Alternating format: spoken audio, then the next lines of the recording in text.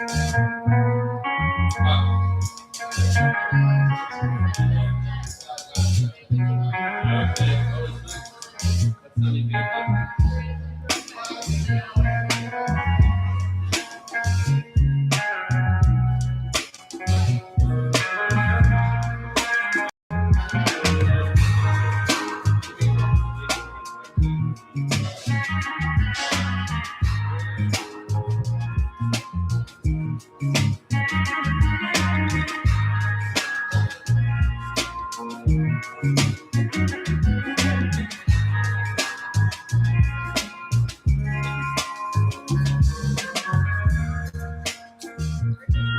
getting like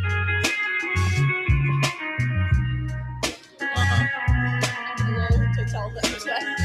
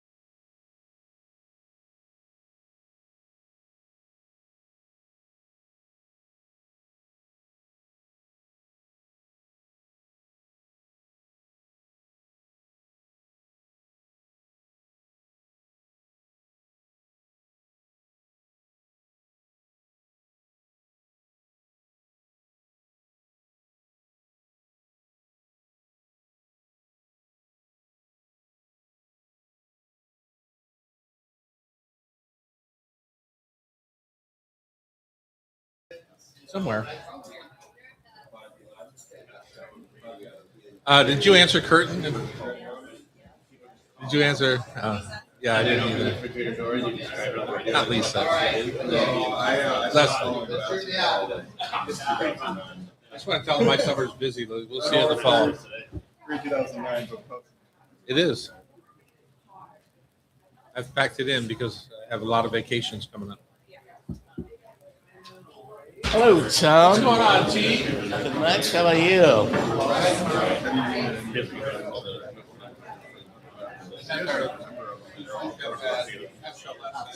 Yeah.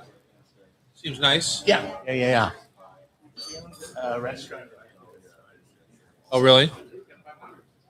Odd that she would end up with us.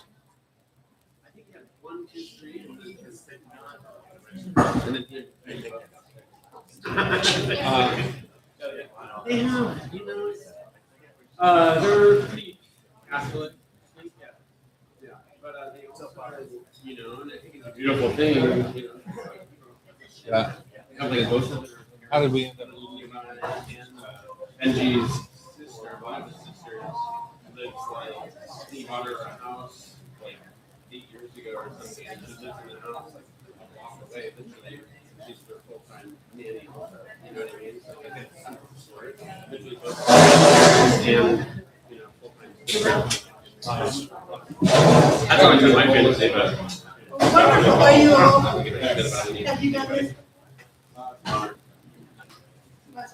We had one of my old investors hitting Lisa Monet. Lots of friend of yours. Well, Josh must feel good about that. Yeah, she's like, she's got 2 kids. The other is the race car driver. Yeah. Roxanne was like,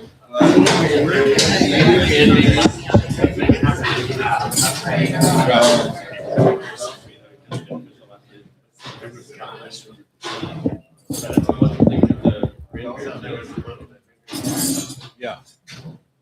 Plus, I think of, like my dinner last night was oddly had the king salmon, which is a beautiful spring catch, but then it was on white beans and leeks, very wintry, unedible dandelion greens.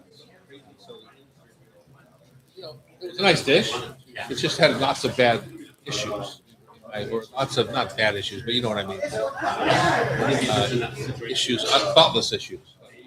Why are we serving gigantic white beans with our beautiful spring? And literally inedible dandelion. But overall, the dinner was delicious. They fixed the prawns, which were an issue last night. All right, let's do this.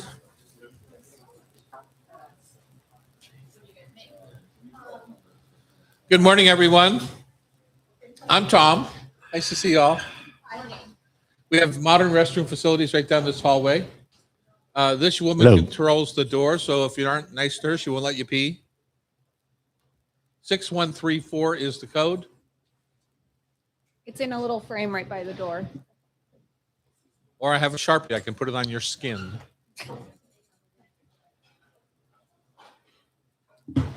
You're welcome to talk amongst yourselves while we record today. I almost gave away my age. Said tape. While we record today. And just not too loud. Loretta's in the producer chair. Dave is on the technical side. ET is my partner and co-host today. And our chefs delightfully are, what's your name? Rashida and Annie. Rashida and Annie this morning. Liliana is the one I could not remember the other night when I was doing my intro.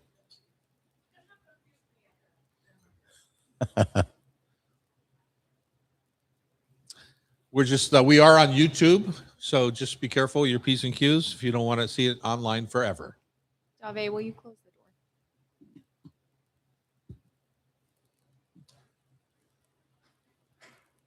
That one needs to close also. We should be done by 11 o'clock. You can come and go as you please. All right, here we go. Welcome to the Hot Stove Society show on Cairo Radio. I'm Chef Tom Douglas. I'm Chef Eric Tanaka. Eric Tanaka, my partner in crime for the last million years. Billion at We're least. coming to you from our beautiful kitchen studios at the Hotel Andra in downtown Seattle, 4th and Virginia. Kind of the heart of our company, where Lola is downstairs, Dahlia Bakery across the street, Serious Pie, Neb, and of course, Hot Stove up on the second floor of the hotel. If you can't find us, just walk up the stairs, go to the back of the house, Keep going. keep going through the glass doors. You can join us for breakfast anytime you want at our tapings, our recordings, which are usually Tuesday mornings from 9 to 11. They vary sometimes, but you'll find them on the Hot Stove Society website, along with our listing of classes that are available to take. I know I've got a big one coming up June 12th or 13th. I have a steak class coming up where we discuss Out the warehouse. all the different cuts, how to cook it. The heat line is kind of like one of my big things. The heat line on your barbecue grill. So check out my class coming up. Also, upcoming classes, Singapore Hawker Fair with Rashida Rusley on June 13th. Junior Chef Camp. Oh, Lordy. Ages 10 to 15, July 6 to 9, and July 20 to 24. I wonder how those are moving. You know, it's a good thing I'm on vacation during this class. Conveniently out of town. And many more. You can check them all out at the Hot Stove Society. Grandpa, you have your hands full anyways. Grandpa. You can also watch us live on the Tom Douglas and Company YouTube channel. Tune in on Cairo, or just go to our website, Tom Douglas and Co., and click on the YouTube channel. Is that correct? Go to YouTube and type in Tom Douglas and Co. Don't be so smirky with me. Just because my daughter's on the producer chair this morning, she goes like, it's like. Remember, I get to sit right across from you today and just I know, stare just- you down. Great. Awesome.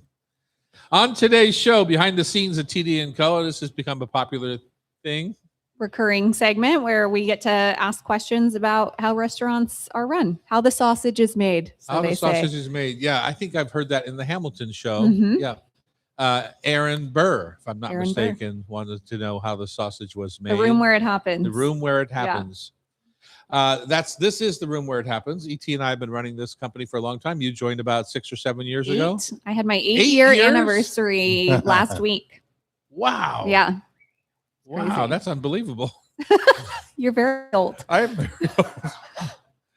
Mark Takagi, an old pal. We met back in the 1980 decade, literally 1980, down at McCormick's restaurant. He is the senior manager now and trainer in the wine, beer, and spirits at Metropolitan Markets. I thought he retired like 16 times over the last 15 years. Just keep Didn't you showing say up. you were going to retire like a million times? Yeah, that's unbelievable. You're still there. Jules Hauser of Flower Chef Foods is back to talk gluten-free pasta. We did a pasta tasting here a couple years ago in our Hot Stove Society tasting panel, Mhm. and the pasta, the one was a gluten-free pasta. Really? From a taste perspective, Interesting. because you get sometimes you get 6 or 8 different grains in Mhm. that pasta, and it Which just gives it a tastes, richer has a little bit taste. more flavor than regular pasta. Now the problem is it doesn't always hold together the same way. Yeah. So, but I'm sure Jules has got an answer for that. Rachel Bell's going to join us. She's a live wire food writer, author, and podcast and TV host, sharing her thoughts on the new season of The Nosh on Cascade PBS.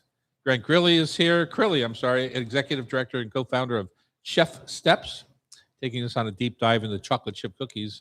And I saw a bunch come in a bag. Did you see those 2 bags? of Well, I chocolate- think Mark from Met Market brought their famous Uh-huh. chocolate chip cookies. So it was fitting since Head to we're talking head. chocolate chip cookies today. Yeah. So the question I'm going to ask Mark when he's on his turn on the mic was: is there such a thing as too much chocolate in a chocolate chip cookie? Interesting. Well, you can ask Mark and then you can Because- ask Grant later and you might Yeah. get different answers. And I had a throwdown with Robin of Robin's cookies. Hello, Robin. Hello, Robin's cookies here in the studio, and I'll just say she totally cheated. She didn't think you could have too much, Okay. so we had a bake-off between her chocolate chip cookie and ours at the Dahlia Bakery. Mhm. Guess what she did? Doubled the chocolate. The morning of the show, she baked hers 3 days prior, she baked ours and brought them up. We've had a beef ever since. She's so sweet. I like her a lot. Of course, we're going to wrap up today's show with food for thought, tasty trivia brought to you by Rub with Love Spice Rubs. So, Eric, So, Tom, this is a traditional part of the show where maybe you could tell us a little bit about yourself and maybe something delicious that you've had in the last week that suited your fancy. a little bit about myself. My wife is running for a political seat, so I know it's so weird to see her little signs across. I know that woman. I'm a political husband, first lady. Wow. First husband, however First you want to coin husband it. of the 30 Well, you can't be seconds. first husband until you get elected. Yeah, well, that feels like a lot of There's a few steps between now and then. new steps. So I do a lot of the cooking / all, and she's not a good cook, so she never did any, so it's nothing different. But Is she not a um, good cook or she doesn't like to cook? she's not a good cook. She doesn't like to cook. She likes to eat. So there's a meeting of things there She's a that veggie, works right? out. She's mostly, I mean, we're kind of breaking her down. She's Slowly, yeah. over all your years of marriage, she's She'll eat fish, good beef. But Yeah. she's segueing over, and the kids, Very smart lady. The kids love when she eats meat. It's crazy. They get some weird thing out of it. I don't know what it is, but it's funny. What my taste of the week or taste of the day was, I made a little chicken rice. Your wife, actually, Jackie, bought me a Peruvian just clay pot, and I love eating. It's kind of like a Japanese donabe, so it just retains a lot of heat. You don't have to cook super high, so just like I make this stewed chicken and rice with ginger, whatever veggie I have around. So it's like a version of Hainan chicken? I mean, this one was because I did a little bit more Asian, but sometimes I do it more Latin, or it's really kind of dumping whatever I have around, because I think as a chef, people give you all these weird items. So I just try it spices or this or that. I try and use them up. So, in a one pot thing, like kids complain less. If you tell them what it is, I'm like, oh God, I don't want that. But you throw it in a pot, like they don't know. So they just eat it. So, so it went really, it's always delicious. Loretta, I saw that you were posting that you were in Milwaukee this last I weekend. did. I spent the weekend visiting a friend in Milwaukee. Yeah. My first time in Childless. Milwaukee. Yeah, Yeah. one of my first trips childless. It was great. But you quite sent lovely. a picture of a schnitzel house. How did Yeah, it we end went up? to a very cute little spot called Schnitzel Bunker. Schnitzel Bunker. Yep. What more do you Schnitzel want? Bunker than, in Milwaukee. in What you would Milwaukee, expect yeah. from Feels right. Milwaukee. Yeah, that's exactly. perfect. No, it was fun. The Milwaukee food scene was really fun. I learned a lot. I don't think I really understood the German influence there. It was as strong as it was, hence the Schnitzel Bunker. But there was also this whole supper club culture that I didn't know about. And you have to have certain things to be considered a supper club. I get you have to have fish fry on Fridays. You have to have a relish tray, deviled eggs. So it was a whole fun 50s kitschy thing, and it was super fun. It felt like a very different food scene in a lot of ways than Seattle, which I wasn't really expecting. And I think when you go to different cities, often you kind of find the same things. And so it was fun to find some really unique things. But Right. Yeah. Like we were just in London, you found a Dior shop in every section of Yeah, London. There must be exactly. 50 Dior shops. Yeah. 50, every high fashion brand. So tell me, you didn't say anything about the schnitzel. The schnitzel was really good. It was I think it started as a pop-up window or a food truck, and they had kind of just moved into this brick and mortar. It was very bare bones, but super sweet, small menu. You could get pork, chicken, or eggplant. You could build it on in a sandwich with choose your toppings, Sure. or you could have it on a plate. The standout for me was their house sauerkraut was so good, so fresh, just delicious, Yeah. and not soft. It was crisp. It was really, Sure. really good. One of the tragedies in my life, and I've had many, is that your mother doesn't like sauerkraut. Yeah, she's wrong about Yeah, that. exactly. Yeah. So Yeah. What As was your taste tragedies of the week? go, I would take that. No. That's fair. My taste of the week, I had my first Spring King from Alaska last night at Half Shell, our seafood restaurant down in the market area. And it didn't disappoint. Good. I love king salmon, and I love kind of waiting for this time of Mhm. year for it. Copper River Letting has the gotta be- anticipation. Is Copper River next week? This week? I haven't heard actually. I haven't heard either. It's 2 weeks.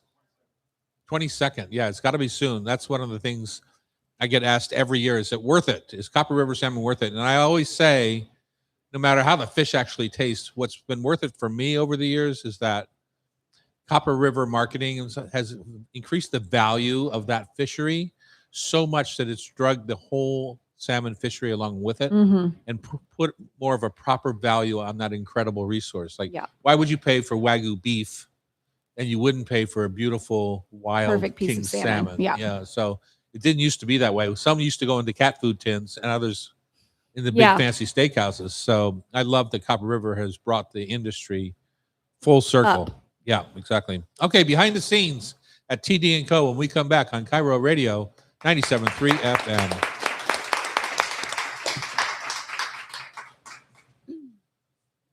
Schnitzel Bunker. I wanted to go so bad. It's pretty cute. The inside looked like a church basement. Like Oh, it did was it? just like they had pinned like soccer jerseys up on the wall. It was all mismatched tables. Was it busy? No, No. there was 3 other tables. Yeah, but it was very. How's our funny. pal Nikki? Great. Yeah. Yeah, she's doing good. Same husband. Same husband. Okay. I haven't seen Rocky the last time. She's watching right now. No. Okay, we're back in the kitchen on Cairo. Woo. My name's Tom Douglas. My partner Eric Tanaka is on the mic today. And Loretta, you had a couple of questions for us because you're now a partner. So maybe you could just take Becky's role and just ask a few Yeah. questions about, because it's interesting to me. Everyone in the back of their mind, and I'm saying everyone, I bet I'm close on 90%, have thought somehow, some way about opening their own bar or their own restaurant or their own pop-up of some sort in their lifetime because they make a delicious meal, right? And Yeah. they think, I wonder if this would work in a restaurant. Or Yeah, or they've had an idea about it. I think it's romantic. Yeah. Until you do it. until you do. It's less romantic. Okay, so on that vein, one of the questions that I love to ask is, what restaurant do you wish you had opened? Mm. So in if- all the years. in all the years, you've opened a lot of restaurants together. What do you wish that you had opened that you never did? Uh-huh. That's a simple one for me. Is it? Tell us. I wished I would have opened Din Tai Fung. I mean, those things are packed, and the thing to me that is amazing about them is how busy they are, but how consistent they are. Right. Like in this industry, the more consistent you can get, the better. Even if you're mediocre, if you're consistently in the same spot, Yeah, you know what to expect. I mean, When it's you're like why up people and go to down. McDonald's, right? Because the burger is the same every time. Yeah, You go, you know and what they you're have a going to get. bathroom. Yeah. 10% of their traffic is because they have a bathroom. yeah, and those Din Tai Fungs, they are packed. Like it's crazy what they gross, but they're so consistently doing their business. I mean, it's always good every time I go. Doesn't it make you twisted a little bit when you walk in and you see that line of 25 or 30 people standing around the table? Always, it making doesn't even dumplings? matter when. 25 when. or 30 people just making dumplings. Yeah, yeah. But you know they do a great job, so I Yeah. totally understand why. So Yeah. when I look at them, I am jealous because like to be that busy, to be that consistent, to be that good, that is so hard. Yeah. I don't really have any regrets about what I've opened. When I was getting ready to open the first restaurant, the Dahlia Lounge, 1989, I was looking at spaces around the city. Nobody was offering me a job. I had come out of the top-rated restaurant in Seattle, Cafe Sport, busy, really highly rated, blah, blah, blah. But it was time for me to move on, but nobody offered me a job. So I ended up, we were pregnant with you, and I had feelers out everywhere, but at that time I was the highest paid chef in Seattle. And I think people were either intimidated by me or something Yeah. I got no offers. Okay. So we ended up going to your great uncle Clarence. He gave us 50 grand to get open the Dahlia Lounge. But we looked at lots of different things. And at the time, I was looking at the Lakeside building over at the end of Lake Union, where Westward, yeah. Westward is now. And Leslie Mackey went on to open Macrina Bakery, and I were talking about putting a bakery there because that would have been her first spot. We would have been partners in that. We looked with Carl Beckley. at the Green Lake Grill. That was available, but he didn't want to sell the building. And we were going to put a place called the Screen Door Barbecue. It would have been Seattle's first Caucasian-owned barbecue. There was the Joneses, and there was the what's the other one down in Columbia City that was there? Anyway, Arnell. Okay. It was a very black barbecue culture. Yeah. For the barbecue that was here, there was nothing like what was going on in Texas, in the barbecue belt, which is more of a German culture barbecue. And so we thought lots of different ideas and ended up in Midtown Seattle during a recession, during the crack crisis. We picked a hard road, and I wouldn't change it. I mean, we had great success finally, but it was those first couple of years, you almost didn't have a home to come home to from the hospital. I can tell you that. So I think it's wish funny. I opened because that's a tough one. Yeah. I think it's funny how decisions like that shaped kind of your trajectory Yeah. as an operator also, because had you opened in a neighborhood outside of downtown, I mean, our restaurant group is downtown, right? Yeah. We've now got one thing in Kirkland, but we're a downtown company, and that probably wouldn't have gone that way But had back you not then, started neighborhoods out. weren't as prominent, No, not at for all. restaurants as they are now. Yeah, it was a choice for downtown, and I would say we helped downtown Seattle become the place that it became. I mean, it was one of the hottest cities in America for a long time. Yeah. And but you can't go back on that. At that time, restaurant culture and restaurant cities were San Francisco, New York.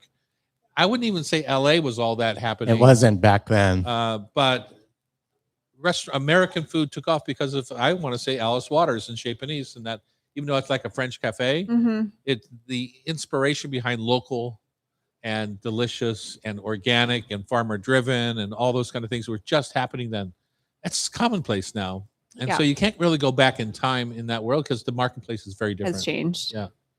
So on that, I mean, I think the three of us all know that the reality of running restaurants is different sometimes than the dream of running restaurants. But if you could set reality aside, you didn't have to worry about what it was going to take to operate it and yada yada. What is Making a profit? Yeah, what's a idea in your head that you're itching to put out there if you didn't have to worry about whether or not it was going to. Right. One of them is happening in my head right now. We're talking about it as a company, which is I love the Huli Huli chicken that we get on the Big Island every year, and replicating the energy of that process. You ever gone behind it? You've been there, right? The trailers, chicken spinning, chain-driven rotisseries, chicken spinning, pork ribs flopping.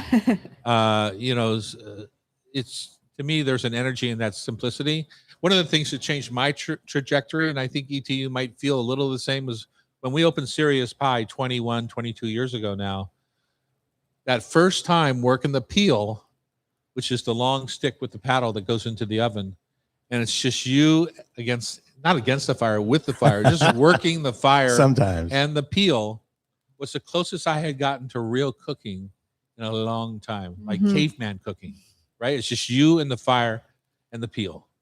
And our business had morphed into, you got the pantry, you've got saute, you've got grill, you've got expo, you've got all the bakers, all the different things that have to come together for you as the owner. Whereas in pizza, and that kind of pizza, wood fired, it's just you and the fire. I hadn't felt that feeling in a long time. Well, I'm going to riff off that. And my dream, which has always been my dream, has just been me and a dishwasher. I have one side, it's a stove, and one side's the bar. So I do everything for you. And it's just 7 seats. Yeah. And that's it. Which isn't uncommon in Japan. Yeah. And I just cook whatever I cook. and you eat it. If you like it, you pay. If you don't like it, that's fine. But I mean, if you don't have to think about, any kind of financial piece, it's just kind of the graciousness of serving somebody and that wonder, like, ooh, are they going to like it or not like it? Or, that's all part of the fun. Well, I think the fact that of you this feel industry. energized by that and inspired by that is why you're in this business, right? Because I think there's plenty of people that would say that sounds nightmarish to just wonder if I'm going to put out and what they're going to think. And Right. Are they and gonna things pay? yeah. Am I going to get paid tonight? Well, And- she took out Yeah, the I took financial out the component. financials. I took out So the it makes it financials. easy.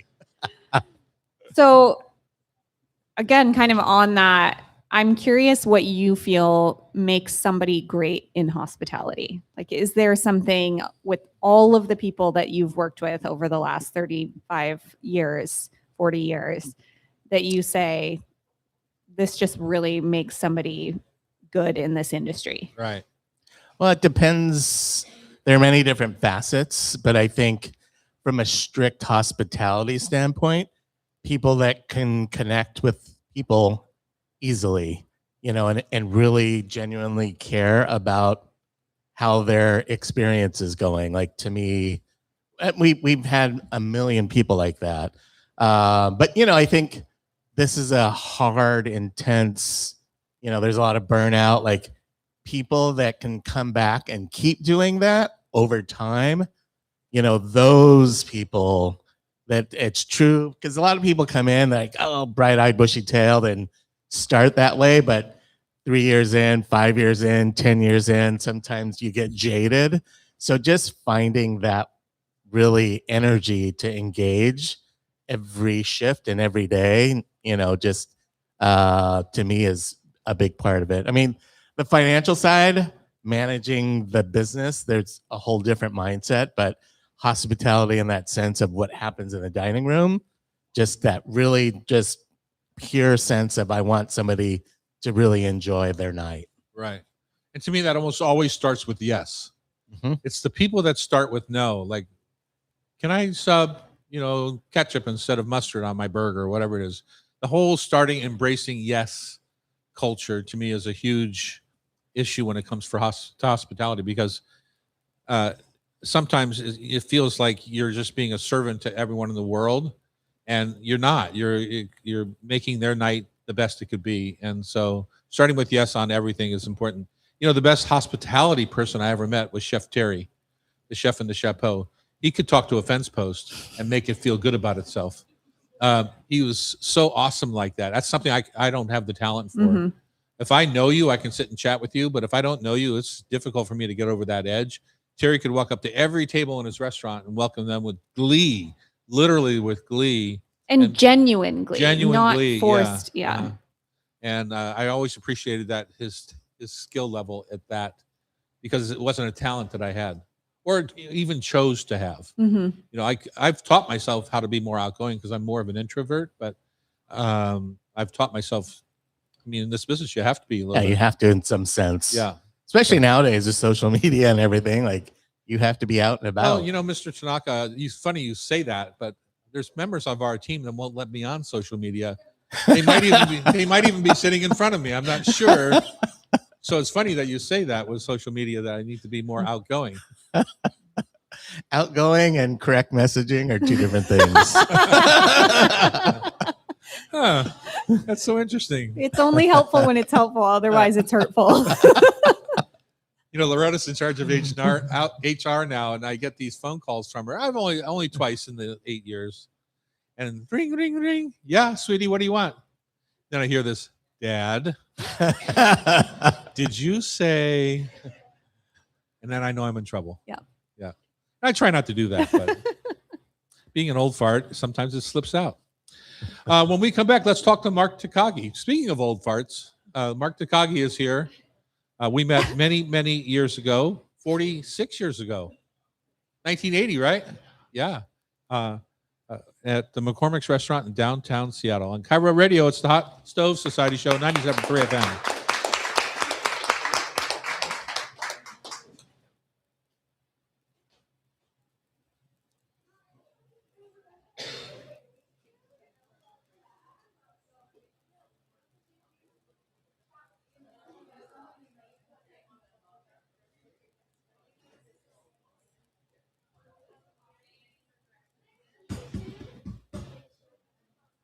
Okay, Mark.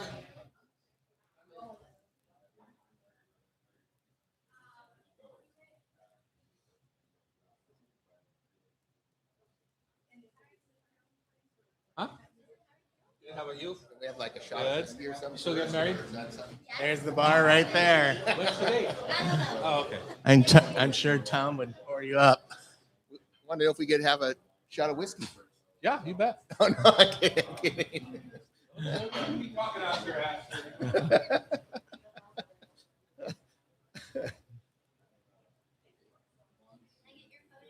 Sure. Let me get one of you two, actually. Stay where you are. Okay. Want me to go over there? Yeah, will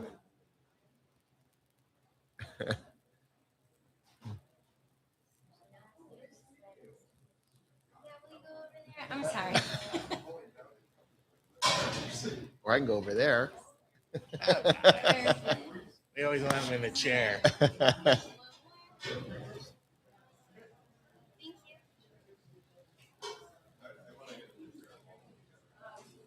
I'm gonna have hair like you pretty soon, you know.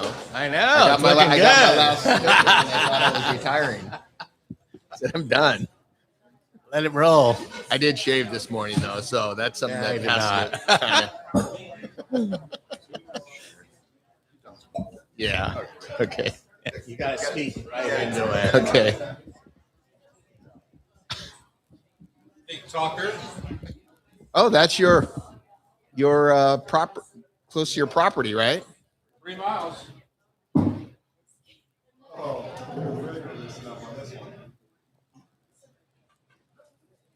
anybody else wants a little shot of Loch Lomond whiskey to get them through the morning, you let me know and we'll get it to you. Cheers. Cheers. Long time. Yeah. 46 years, got to put it in perspective. Doesn't it?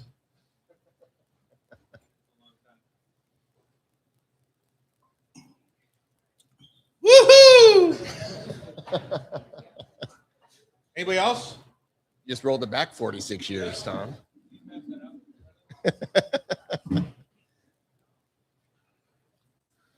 Glasses over. No, just use these. That'll wake you up in the morning.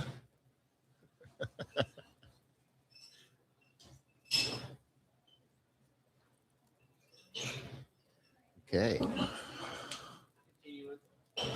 All right. Audience participation. Yeah. Welcome back to the Hot Stove Society show on Cairo Radio. We're having fun here in the studios of the Hot Stove Society. You know, that's what we do here is we teach classes. And hopefully our radio show reflects some of that you can learn a little something while you're listening. You ever want to open a restaurant? Listen to that last segment. Those are the kind of things those are the conversations that take place. Yeah, exactly. Mark Takagi has joined us from the Metropolitan Market, Senior Manager and Trainer of Wine, Beer, and Spirits at the market. You guys just seem to be rocking and rolling. You're opening a new place again now, right? Nothing for sure. You Oh, might know nothing for more sure. than I do. Oh, but I've just yeah. For some reason, I feel like I heard rumors, but maybe I can't keep Lots track of rumors. between you, Town and Country, and PCC. Our local. You guys just seem to be rocking and rolling. Yeah, I think you're more in the know than I am. Oh, okay. Here, lift that mic up a little bit to your. There we go. How's that? Oh, slipping.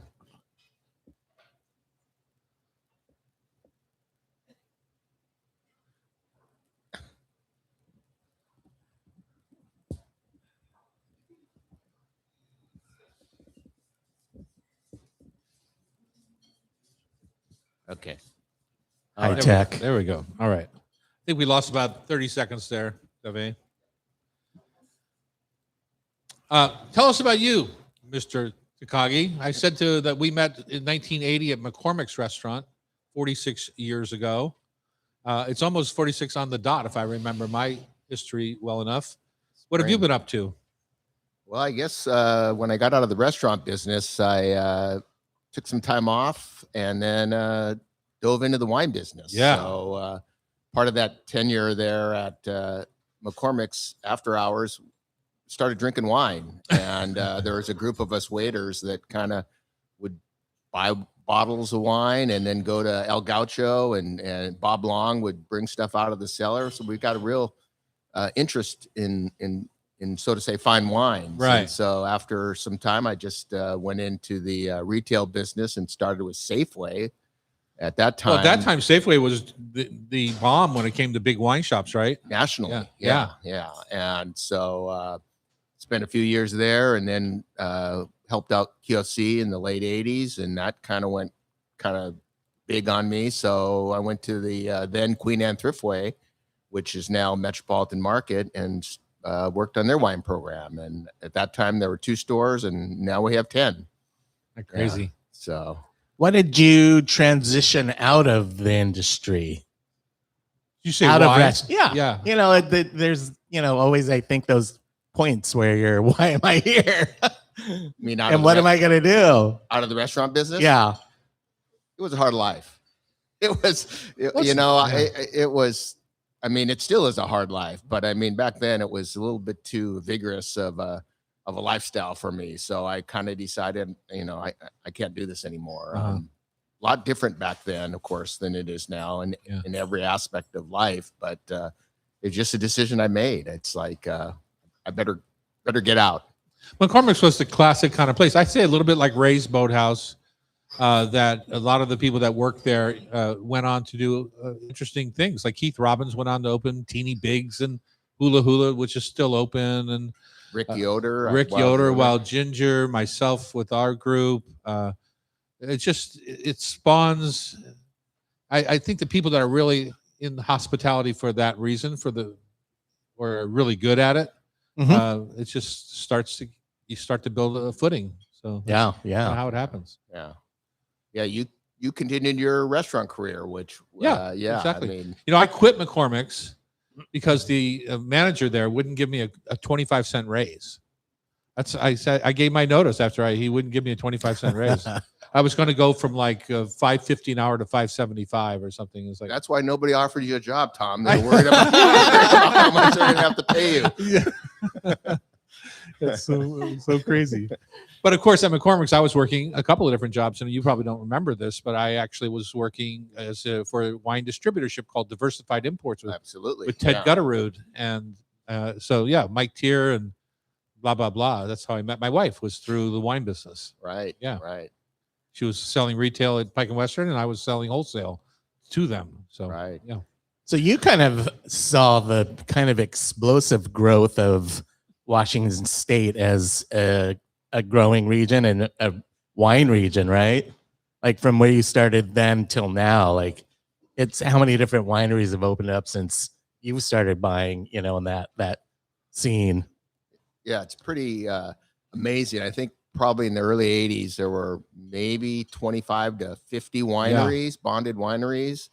And then by, I think 2000, there was maybe 150 to 200 wineries. And today there's over 1,000. Yeah. So, back in the early days, I knew everybody, from the farmers to the winemakers. It was a small, It was Yeah, exciting. more intimate. It was exciting. Yeah. yeah. Now it's changed dramatically as consolidation and so forth has happened. But yeah, it's been pretty amazing to see the growth of Washington wine from, it's a new world area, and to just see how much has exploded in in my career. So, And whether or not it's sustainable anymore is a real question. I'm paying less for wine now than I did 25 years ago.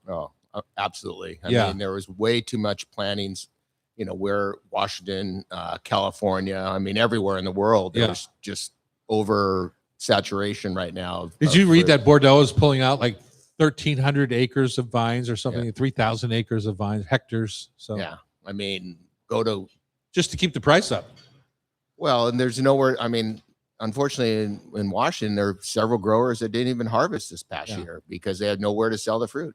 Yeah. Let's go back to Met Market a little bit, because I thought the store up on top of the Queen Anne Hill was a groundbreaking store from the perspective of, I used to love Shirley Collins' Sur La Table when she had it in the Pike Place Market. Renee Benke's same thing, right? But Right. when you walk into a store and it's just overwhelmingly cool. And I always thought the Met Market on top of Queen Anne was that small enough store so that everything kind of had to live on top of you when you walked in. You just felt overwhelmed by coolness. And I think Met Market did a really good job at that. Well, Terry Halverson, our founder, was instrumental in that. He, you know, he loved the European markets, New York markets. We used to travel to Europe and New York all the time just to walk stores and markets, you know, the wholesale markets and see what was available out there. So he was willing to take a chance. He was always said, you know, I want you to go for it. You know, mistakes are going to happen. Just don't do it again, you know? And so, I mean, when I started there, they had just bought a container of George Duboeuf Nouveau. And so I started after the first of the year. So I inherited like 500 cases of Nouveau. I mean, you're talking about 10,000 square foot store. What do you do with a container of wine? So that was kind of his deal. You know, he bought a container of tulips and we had nowhere to put it. So he put them outside on the sidewalk. And that's where we started the whole outdoor floral department. Right. And then, you know, we were finding olive oils, specialty foods. We were just bringing them back and showing the community, you know, food. We wanted to be part of, you know, the cultural landscape of Seattle. I was reminded. It was nice because it was not so sterilely. Everything was on a shelf. Yeah, exactly. I was reminded last week when I was in Harrods in London about what an influence that their food court was on how I think about food and certainly how grocery stores are set up today. Yeah. You've been in that basement of Harrods? Oh yeah. Oh yeah. Harrods and Cotave and Harvey Nichols. I mean, all of them. I mean, there's tons of stores in Europe that food Peck in Milan. Peck in Milan. Yeah. We went there. It was crazy. Big influence. Yeah. So if you were to change one thing about today's grocery stores, what would you change? Probably the size. They're getting bigger and bigger and bigger. We maintain smaller footprints compared, but you go in some of these other bigger chains and it's like I get TNT. I get lost in there. Yeah. It's just too much. Yeah. So yeah, I want to go every day. I want to go every day, every other day. And the 50,000 square foot store like TNT is just not interesting to me from that perspective. Right. And that's like a cultural, fighting my way through that. Well, you lose the curation of product, I think, when you have that much space. You don't, you know, one of the things I love about a smaller store is like somebody has chosen what they're putting on the shelf there. Whereas at TNT, if you want green onion pancakes, you have to choose between 30 different brands. How do you know? Yeah. Right. So, and you understand buying daily what you need as opposed to filling pantries and freezers. And, you know, it's an experience. It's part of your life. And I want to be able to say when I walk into Met Market, I trust that Beaujolais that you have on the shelf is going to be good because I know you've tried them all. You've curated down to Loretta's point to the ones that you like best. Yeah. Yeah. I hope so. Yeah. Yeah. Well, Mark, great job. We love having Met Markets in our world. So thank you for all your years of making it fun. Likewise, Tom. Yeah. You've been a big part of the community for a long time. Are you sticking around for the chocolate chip cookie tasting? Yeah, glad you didn't ask me about too much chocolate. I know. Oh yeah, you had to ask him. I know. I'm going to save that for the chocolate chip cookie segment. Right. On Cairo Radio, you're listening to the Hot Stove Society show. Jules Hauser coming up next. Flower Chef Foods and Project Flower Power. On Cairo Radio, it's 97.3 FM.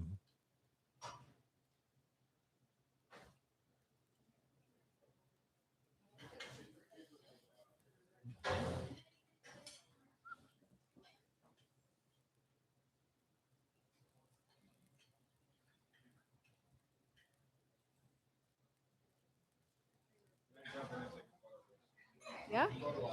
All right. Guess we need ET back. Come on, T. Tanaka.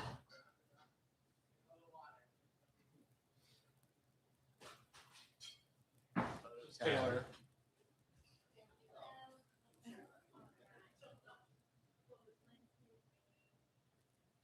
Wow, you guys have paparazzi.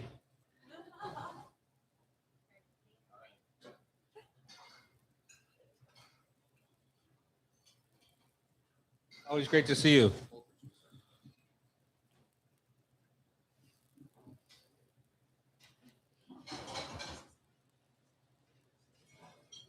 focus.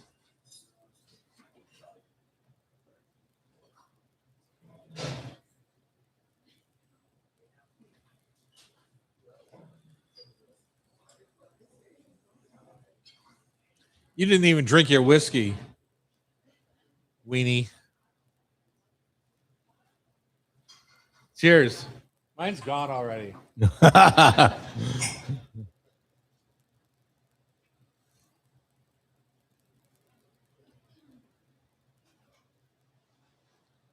Hey, Jules, you're up. Do you not trust Chef Annie to cook your food for you? I do. I wouldn't if I were you.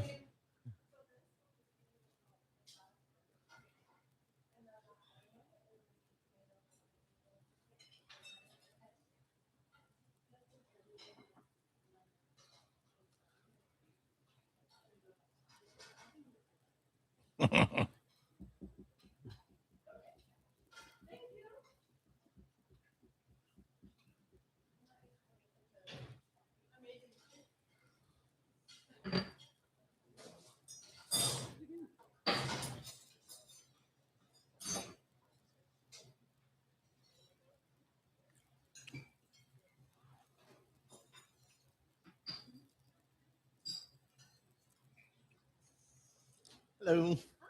How are you? What you got there? How are you? I got them pasta. Yeah, Dave will set it up so it shows up on camera. Say it again. Dave will set it up so it shows up on Okay, camera. perfect.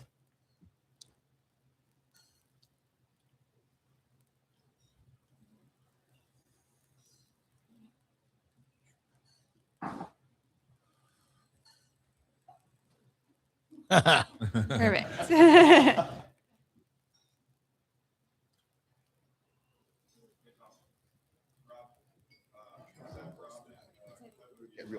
Okay.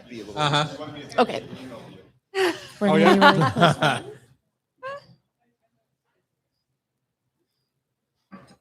Say stop dogging on me.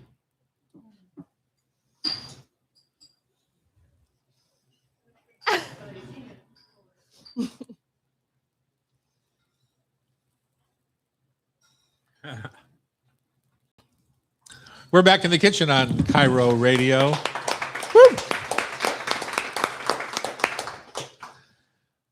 Hello, Jules. Hey, Chef. Welcome to the hot seat. Where is it? Good morning. Can you fix the mic for her, please?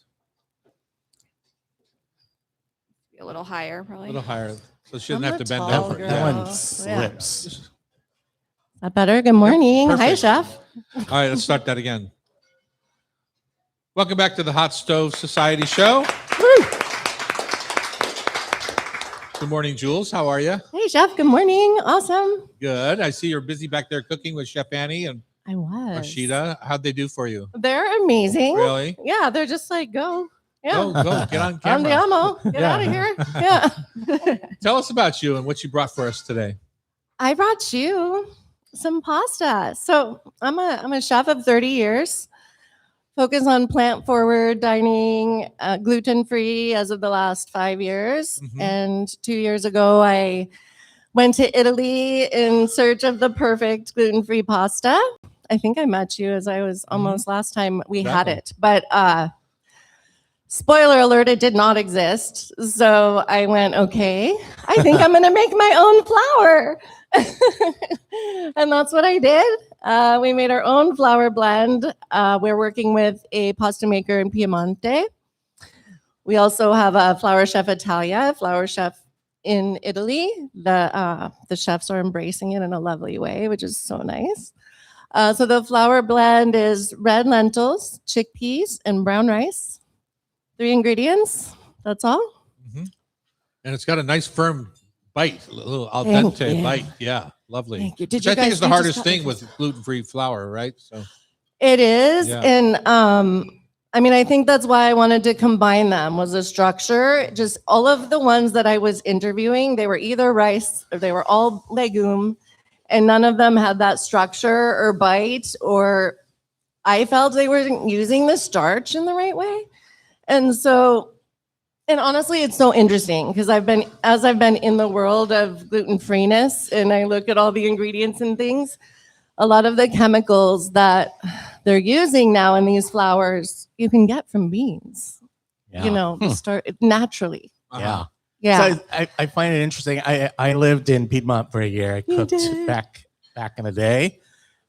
They are so traditional. Did you have to fight with them about developing this? Oh my 'Cause, God, you guys. I mean, knowing the people there, they are such classicists They there. are, and they're like, who's this American chef that wants us to make pasta? I just think that she's crazy. Like, why are they screwing? Why are you gonna screw this up? Like, yeah. But now we all love each other. I mean, Yeah. really, it 2 years I've been going back and forth, and I really do feel like I have family there. We have our company there, and I have Italian partners. So, but believe me, I did not hop off the plane and say, dude, make me pasta. You know? I get that. I could see the interaction. So the company's called Flour Power. Yes. Oh, well, that's the nonprofit. Our company is Flower Chef Foods, and we have Flour a Chef Foods. yes. Uh-huh. Our charitable initiative, our charity is Project Flower Power. I think a lot of people, when they think about flour, they think, I'm going to go to the store and I'm going to get a bag of AP flour, all-purpose flour. Or Mhm. now I think people, even because of COVID, think more about bread flour than they used to. Mhm. 00 flours. 100%. What's a flour chef do? What is it their job to taste the flour, or how do they think about a flour? So I actually create the flour blend, right? So Okay. I'm in search of, I hate to label it gluten-free because it's not only, you know, and I hate to label it vegan because it's not only, it's just Yeah. a better way to have pasta, Mhm. right? And so this is the first flour blend. I have some other blends that will come with some other cuts. I'm working on bread and pizza. So it's really, to answer your question, I think it's interpreting flour in a different way Uh-huh. without putting all the chemistry in it, you Right. know? Yeah. From an organic way, which is just From an like this tastes organic good or way. it doesn't taste good. 100%. This binds or it doesn't bind. Exactly. Yeah. And like, let's get it to behave like wheat, but let's not pretend that it's wheat. Okay. You know, like you have Trying to be something else. It's Exactly. trying to be itself. Yeah. Right. Like really, this is a bowl of beans and rice. I mean, I made it to feed kids, to start, you know, to be a complete meal. And so the Italians, Italians are still yelling at me for rinsing this. Yeah, and I I'm get- like, I you get guys, it. it's not wheat. Yeah. You know, and as soon as you say that, they're like, So I read that, and that is something different about your product is that you do recommend that it is rinsed after it finishes cooking. yeah. And because, so I have a pasta maker in Alba and Piemonte who their family have been making gluten-free pasta for 20 years. They also have a regular pasta facility and they swear, you know, that this is the thing. I also have a chemist that works with me in Italy, and you have to just reduce the starch. And to be honest, I hate to tell you to do this because I don't want you to eat their pasta, but the other gluten-free pasta would taste better too. If it was rinsed. It would behave Interesting. better. Hmm. And unless you're doing something really starchy and you want it to emulsify like a baked mac and cheese or a baked penne or something like this, then you don't necessarily have to, but you want the starch to be your friend then Yeah. instead of, yeah. How many iterations did you go through to get to where this is right now? A lot. So many. I mean, 2 years it took to make the recipe. I played here with the flours like crazy. Nothing meant anything until I got there and played with their flours, Yeah. you know. And now it's just, now I'm like, oh, I want to mix these flours. I want to mix these. You know, it's really fun to see how they play together and create something different, but it's still real food. I want to say the pasta, the gluten-free pasta, the 1 hour pasta tasting, had a real corn presence. That's, yeah. And it's nice to see pasta without the corn. Thank you. Was Yeah. that Le Veneziana? I don't Yeah. know. Yeah, but they're the biggest gluten-free pasta producer in Europe. They're a corn company, and they just had a lot of corn, so they made noodles. Yeah. Funny. But my You can make Italian Cheetos or you can make noodles. but my Italian partners, they say like, corn is for pigs. Corn's for pigs. It's not for us. Yeah. I know. I've heard them say that. Well, when they see Americans eating corn on the cob, they just look away in disgust. Although they're coming around. I've seen it more often over there now than I used to. So, Mm. yeah. And have polenta. I love polenta. I just don't want it in my pasta, you know? Especially in Piedmont, like that. Yes. Yeah. Exactly. Yeah. So, what are your favorite ways to serve your like? Are you just going to go down the path of just substituting it for pasta in all the pasta dishes, or does it lend itself to a different kind of preparation? All of the things. I mean, absolutely it can. So I have, as I mentioned, we have some partnering restaurants in Italy that restaurants that are already serving it in Montepulciano and Venice and Umbria. And the chefs have it on their menu as an entree.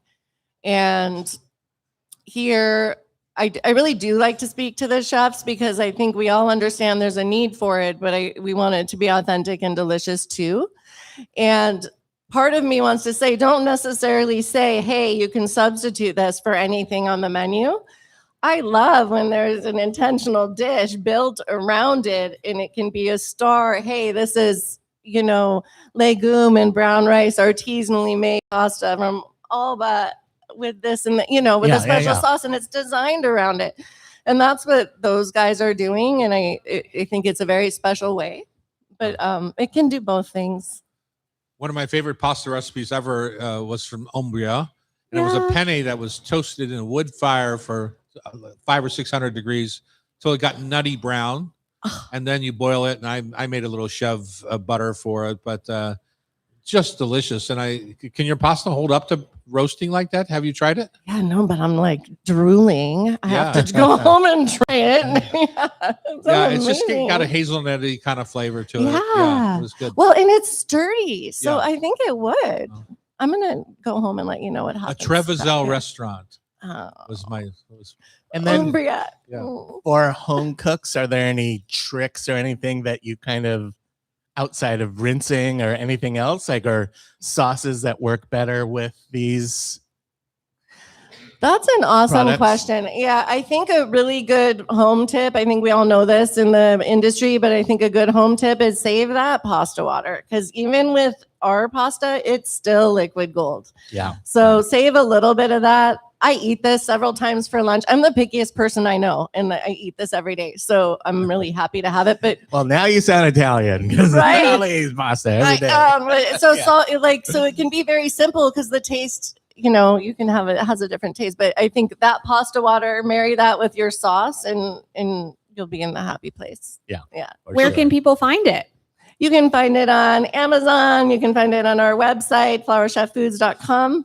Every box helps feed a child, our nonprofit, as I mentioned before. I have a 3P question for you. I Yes. saw on your Instagram Oh my that God, you guys. Yeah. we're kind of dealing with the same thing. So you had a third-party fulfillment piece that didn't go well, and now you're doing first person. You're doing it yourself. Oh, I'm still not doing it. So FBA, like Fulfillment by Amazon, does it, and I'm Gotcha. interviewing new 3PLs because we're getting, kind of inching into distribution, so we'll be available more. But I love to spend hours. I'm going to chat with you after. 'Cause Please I have a lot of do. questions. Okay, good. I have a lot of questions too. So Okay, perfect. Do you have a website? I do.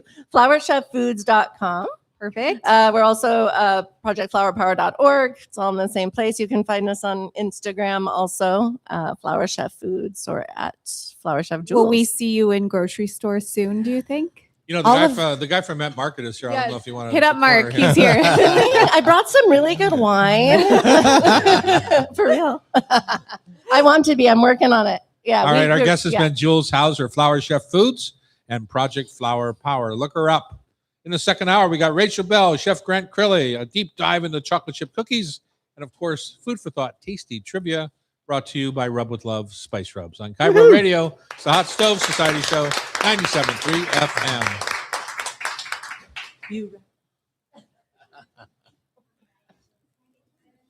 Yes. Hello. Hi. Doing great. How are you? We have. Yeah. Oh, that's not very nice. You don't remember him? I don't. It didn't sound like it. It sounded like, "Ooh, what are you doing here?" Yeah. Come on, Jules. Hearing you co-host the show.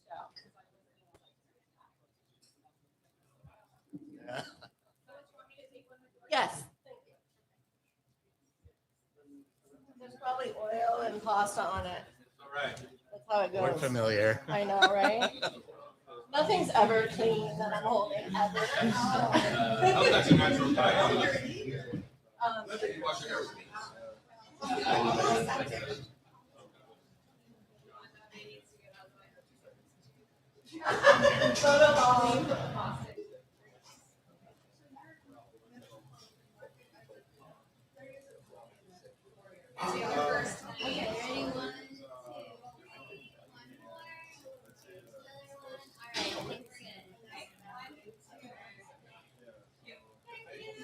All right, I think we're good.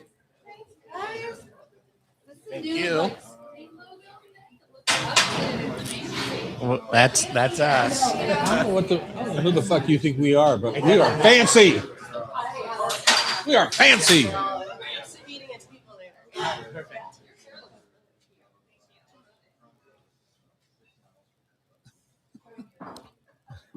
You're supposed to say, "Oh, so does yours."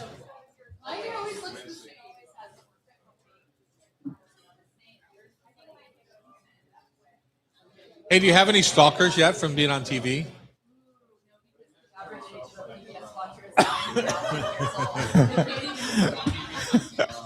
They can still stalk.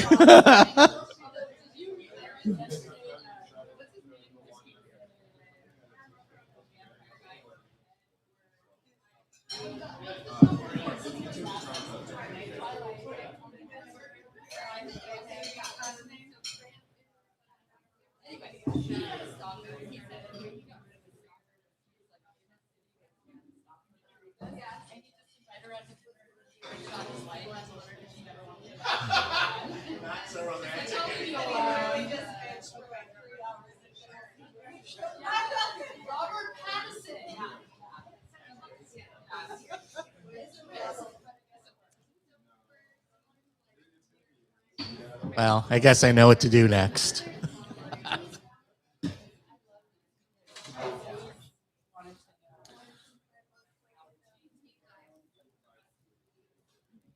There we go. Me. I asked that question Thanks. recently. Have you ever gotten any fan mail or anything like that from an article? And I was way back in the beginning of the Dahlia Lounge. I got featured in the New York Times, pictures and the whole deal. And I got a fan letter from a woman who says, first of all, if you're not married, which, Ooh.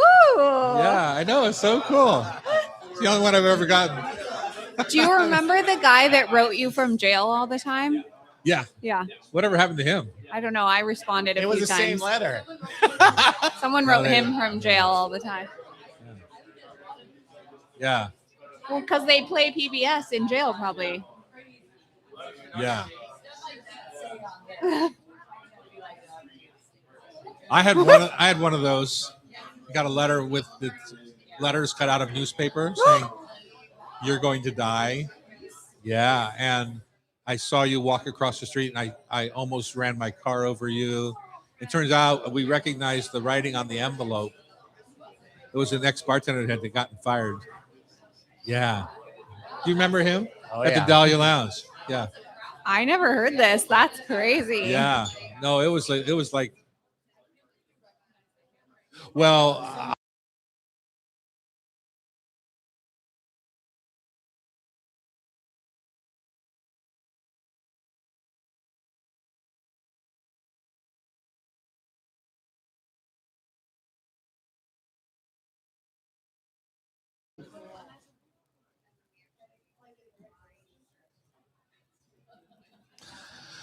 They just got like full plates of baked pasta. Is yeah, that what it? why not? Wow.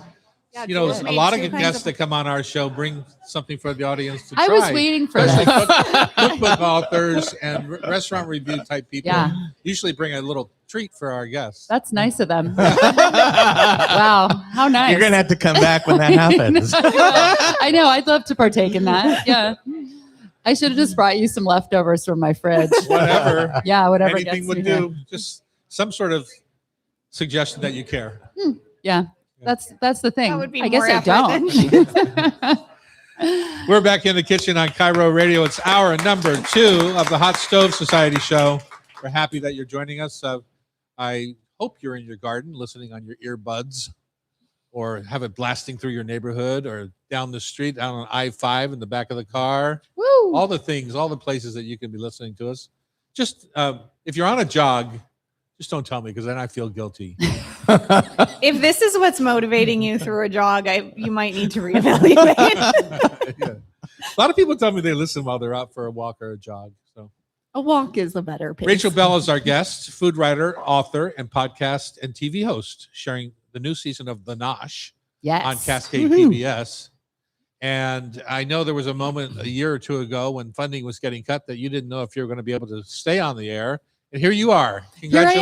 Congratulations. They decided, let's keep the hot dog show around. Yeah, you why know? not? We don't need news. We just need people talking about snacks. So I somehow like it. I kept my job. Yes. You might recognize your voice, longtime voice on Cairo Radio, and with Ron and Don. You had your Mhm. famous ring the bell or ring my Ring my bell, ring baby. my bell. Yeah, exactly. Yes. Tell us about you. What's your life like, and how are things going at Cascade PBS? Yes. So I was on Cairo for 15 Holy years. smokes, you're Really old. long time. Yeah. And I've been at Cascade PBS for 3 years now. I wrote a cookbook about a year and a half ago called Open Sesame. That was about But you didn't tahini. bring really anything for us to taste out of that book today. Is that right? Not today, no. Okay. But I could have brought you a half empty jar of tahini from my fridge. Yum. What was I thinking? I'm so rude. And yeah, so my show is called The Nosh. This is the 3rd season. And they're these nice little 8.5 minute kind of tasty bites of a show. So easy to binge. The first 2 seasons are on Alaska Air in the in-flight entertainment, which I'm really proud of. I saw you when I was on Alaska Air on Sunday. You and I was did? scrolling through. I saw you right next to my friend Joel Cameron on his show. And I was like, oh, Yeah. it's perfect. Joel was on an episode of The Nosh last season. Really? He's Oh, great. funny. Yes, Nice. yeah. So since I was a news reporter for 20 years, coming to this food and drink show on Cascade PBS, to me, it's all about storytelling. I didn't want to just do restaurant reviews or a cooking show. I just like to tell stories. I So gotta thought- say, I love that part because there are so many that are doing the former, influencers doing influencer stuff. Like, yeah. I love the storytelling that you have in there, and I loved how it was really more esoteric and not Mm. just restaurant stuff. Because to me, it's kind of boring. But Thanks. so just a lot of different personalities within this wide world of food. It was to me very interesting. Thank you. Yeah, and we shoot, to drop a film term on you, we shoot cinema verite style, which is basically documentary style. So it's not me talking into the camera. It's just you get to see us out into the world with my guests. Yeah. And it's beautiful. If you haven't seen the show, I mean, we shoot.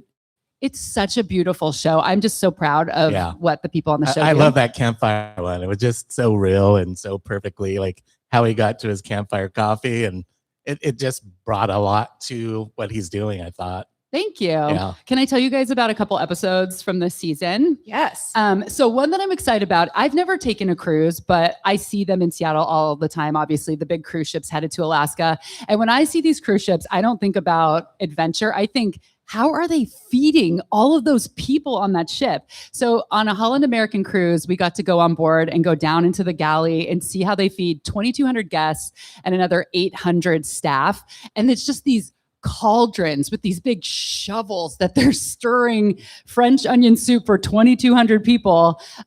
It's funny though, I didn't know, I assumed when these ships came in, maybe they were there for 24 hours and they would restock. They do it fast. They come in the morning and they're gone in another 5 hours. They have to turn over every single room and just remake every bed in about 2 hours. They're bringing on all the new food. And I was impressed and surprised to learn that most of the food is actually local. I thought it was going to be more like the Cisco truck pulls up, but it's a lot of produce from the Skagit Valley. It's wine, it's meat from Eastern Washington.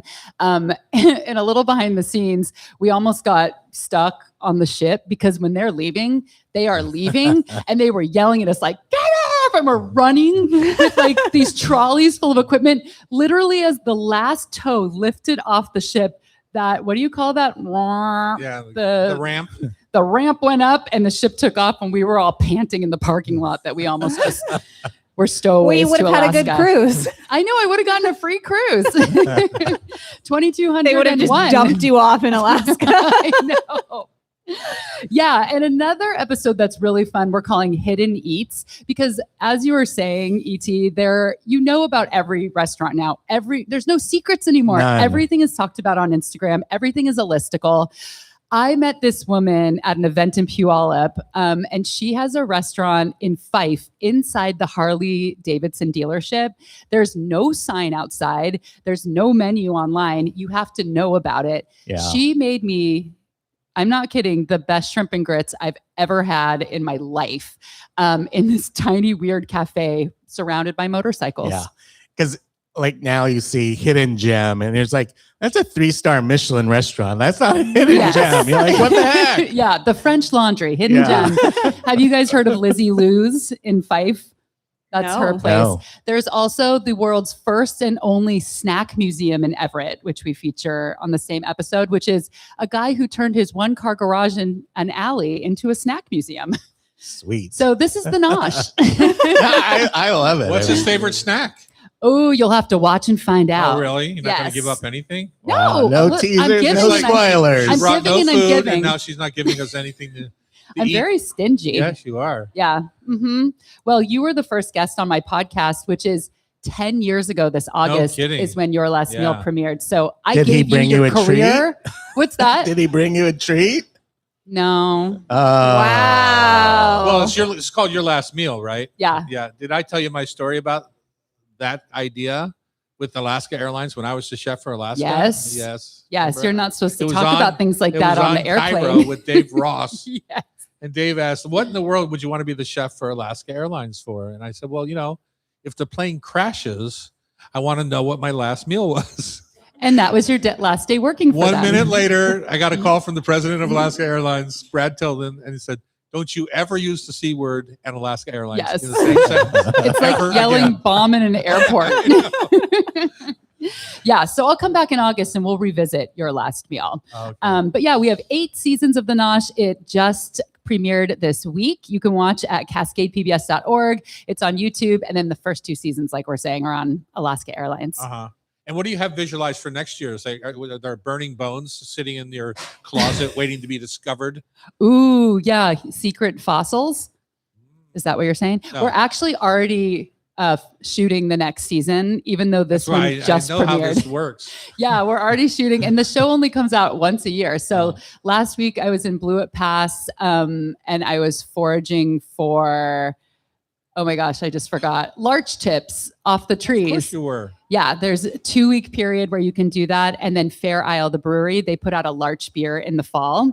And then a couple Cool. days later, I was in a woman's yard in Olympia eating all her weeds for an episode about foraging in your own yard and cooking with it.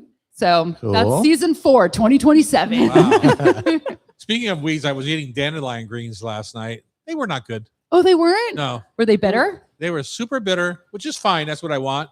But they were stalky. They had like wooden stalks. Oh, So it just didn't work last past night. their prime. Yeah. Yeah. Well, or the wrong plant, I'll say. The wrong The dandelion. wrong dandelion plant. Yeah. Do you guys remember Cake Party that happened last year? Yeah. Yeah, that's another episode we focus on. So this phenomenon started in San Francisco where this baker, a home baker, she wanted to get people together. So she called it Cake Picnic, and hundreds of people, I think 800 people showed up with Whoa. cakes to share.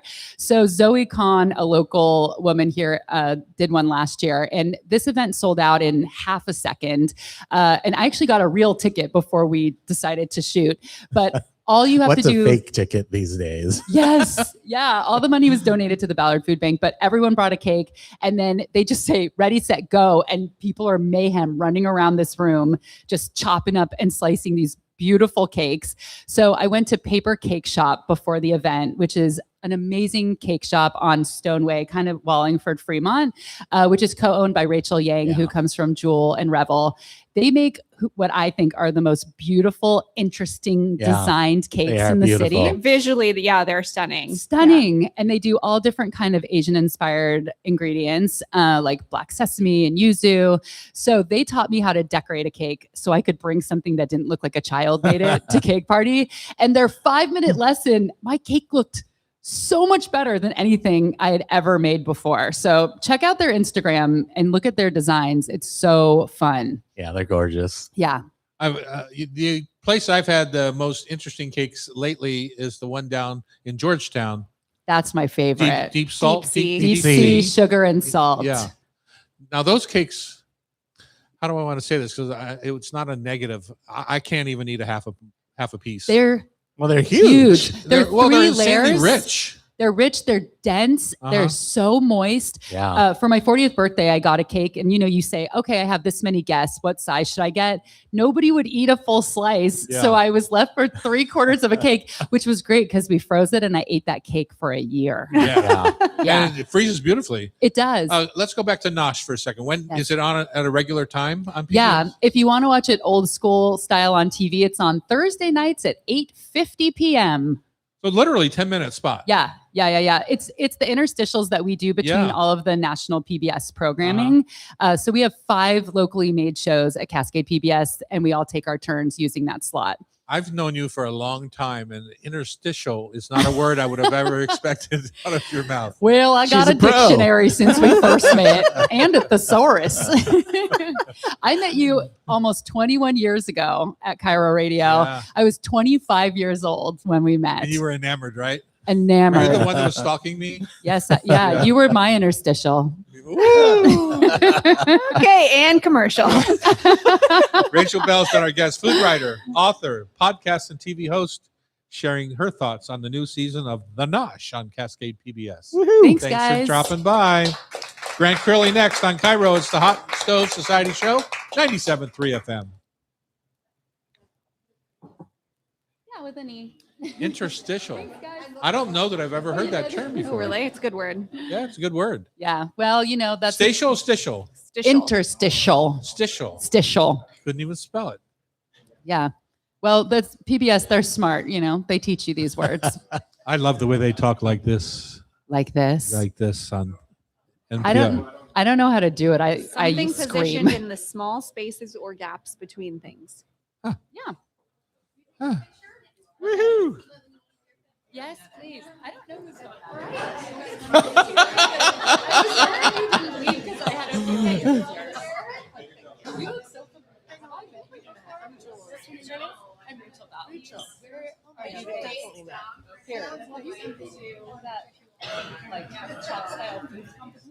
Okay.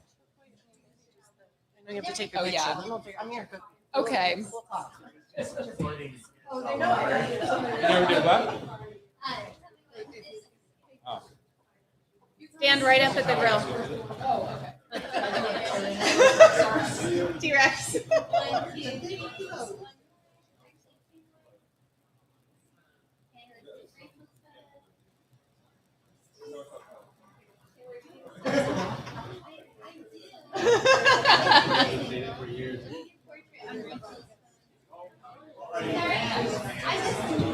Bye, you guys. Take it off.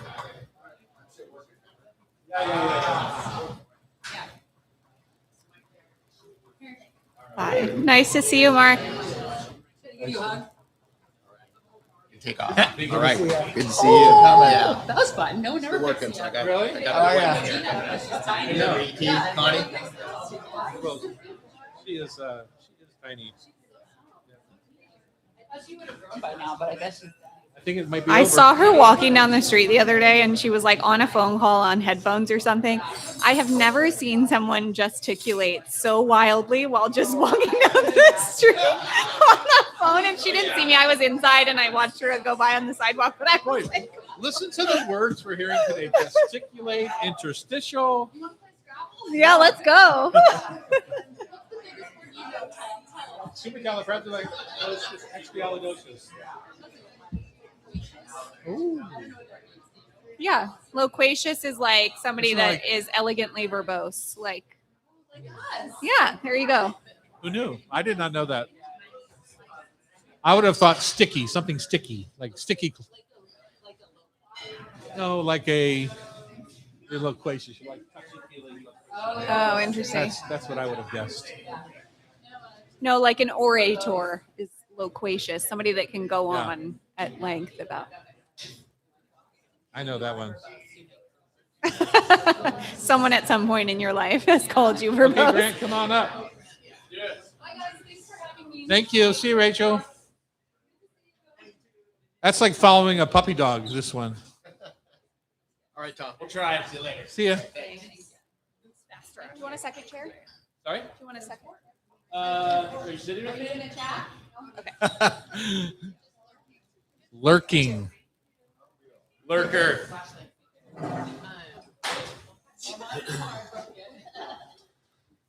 All right. All right. Hey, guys. It's just, that's what I don't want. How's them to have that? to- I don't want them to have to go like that. Thank you. Yeah. Good posture. Good posture. Hips forward, shoulders back. You hate gotta, that- you hate gotta the like slump. eat the mic to be heard. Oh. Yeah, I hate the slump.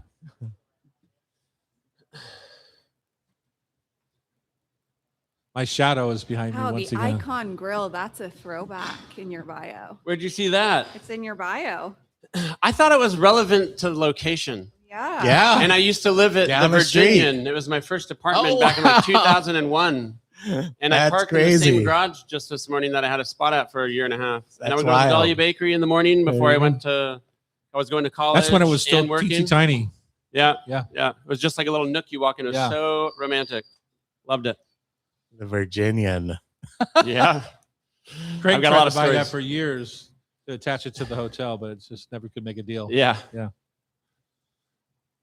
My rent was so cheap. I can imagine. It was back then. $375 a month. What? Yep. Can't even get a room for $375 these days. You can't get a closet. A long time ago. And the space is still empty. Yeah. Oh, the lot for Icon Grill, you're Icon saying? Grill is still empty. Yeah. Yep. I used to walk, had my late shift there, because I was going to college, working, and I would work till, through 2 a.m. Then I'd come back and I'd take my line clogs out the back window over the alley and I'd bang them together to get the chunks Yeah. out of the We're grooves. still cleaning them up. Yeah, and they'd go into the alleyway. And I remember one time I dropped one and it fell 3 stories down, landed on the dumpster. It was like, I need my clogs because I have school in the morning and all that stuff. So I come down the stairs, no elevators. It's like 3 a.m. at this point. And I'm like, where's my clog? I just saw it land here. This is like 100 feet away from here. And then I see down the alley, there's like this silhouette of a guy like this with a clog in his hand. And I'm running down. I'm like, hey, buddy, that's my shoe. And he's like, oh, I didn't know anybody wanted it. So I got my clog back. I thought you were going to say, well, a rat was walking down the Yeah. because there's plenty of those. Yeah, there's some big ones back here. All right, we're back in the kitchen on Cairo Radio. It's been a fun day of lots of guests today. Grant Crilly is the newest one in the hot seat.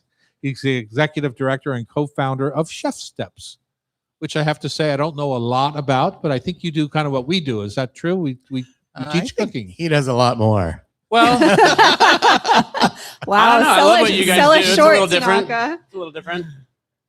Yeah. So, Chef Steps, do you want to talk about Chef Steps? Yeah, let's talk about you first. Tell us who and why who you are. Yeah. Well, I'm a original Seattleite. Grew up in Seattle in the 80s and 90s. And actually in Seattle, lived in South Park and Georgetown growing up. My dad was a shipbuilder on the Duwamish.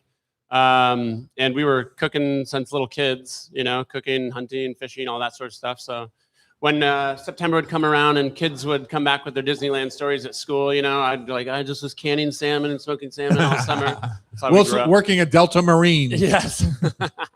So I grew up in Seattle in the Northwest, and I've been cooking since I was very young. I actually got a job shadow when I was 13. It was one of these things that was a job shadow comes to your school, it was at Chinook Middle School, and it was a poor school, poor area. So it was auto body, auto mechanic, police, or chef. And I was like, chef, please. So this thing that was supposed to be a 2-day job shadow turned into like a 4 or 5 year mentorship. And I still know the chef today, actually. Oh, how sweet. cool. Yeah.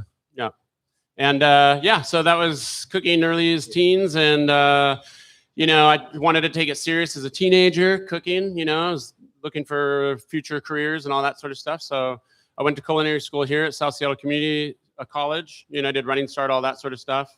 And I worked at Icon Grill, was a chef at La Rustica for a long time, helped open some restaurants. I think I applied to Dahlia Lounge when I was like 19, but didn't get a job and ended up working at Icon. Dahlia Lounge was like fancy That back was Eric then. Tanaka who turned you down. Not Yeah, me. probably was, yeah. And then I moved to France when I was 19. I got a student visa and got into a really amazing atelier school program. I think a lot of kids go to Cordon bleu, no offense, but I would say that's for tourists, you know. This was like a really Tourists like Julia Child. Yeah, well, that was a different time. That was when that whole program started, you know.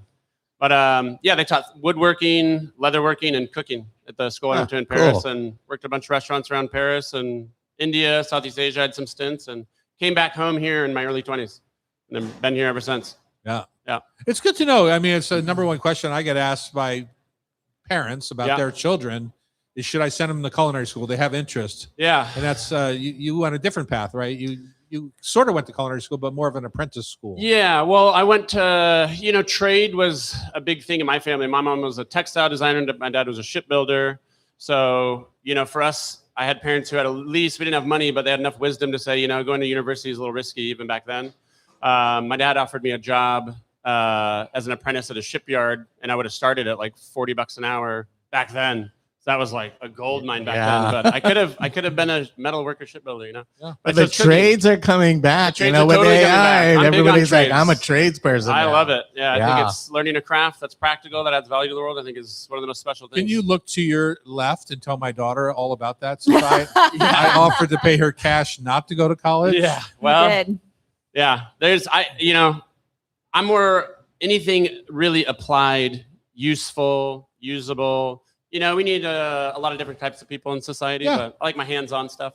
Yeah. And so tell us about Chef Steps. Chef Steps is it's a mostly probably like 90% of what we do is online company that just inspires cooking all over the world. We try to help cooks, home cooks, passionate cooks. A lot of our audience is professionals. A lot of them are just really passionate home cooks.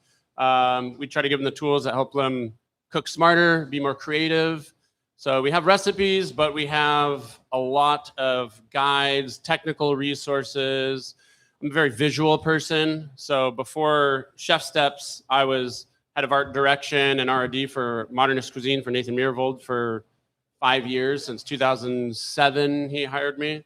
So I did that I did Modernist Cuisine and then Modernist Cuisine at Home.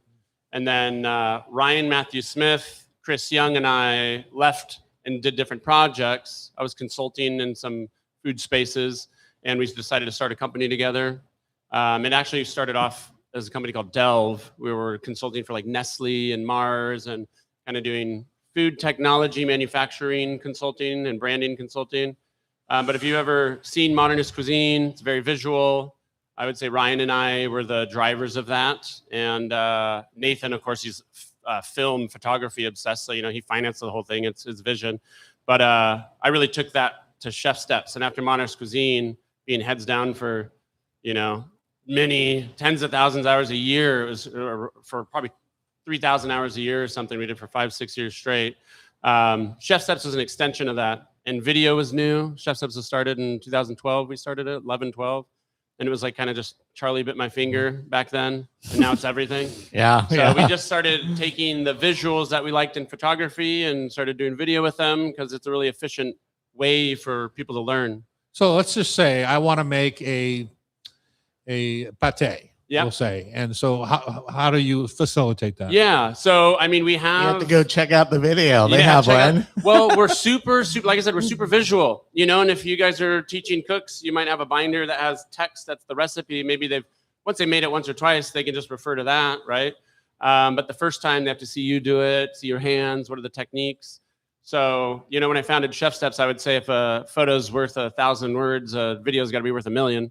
So we did everything visual. And we actually, when we started the first 6 years, took a lot of auditory copy language out of it. It was math and numbers and measures, which actually helped us get into 130 countries around the world too. We were like big in Korea and Middle East and all over Asia.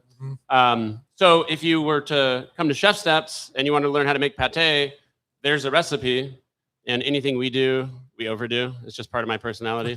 So it's going to be a really hardcore pate that's really proper, old school, but we might have some modern tools and techniques that just make it easier.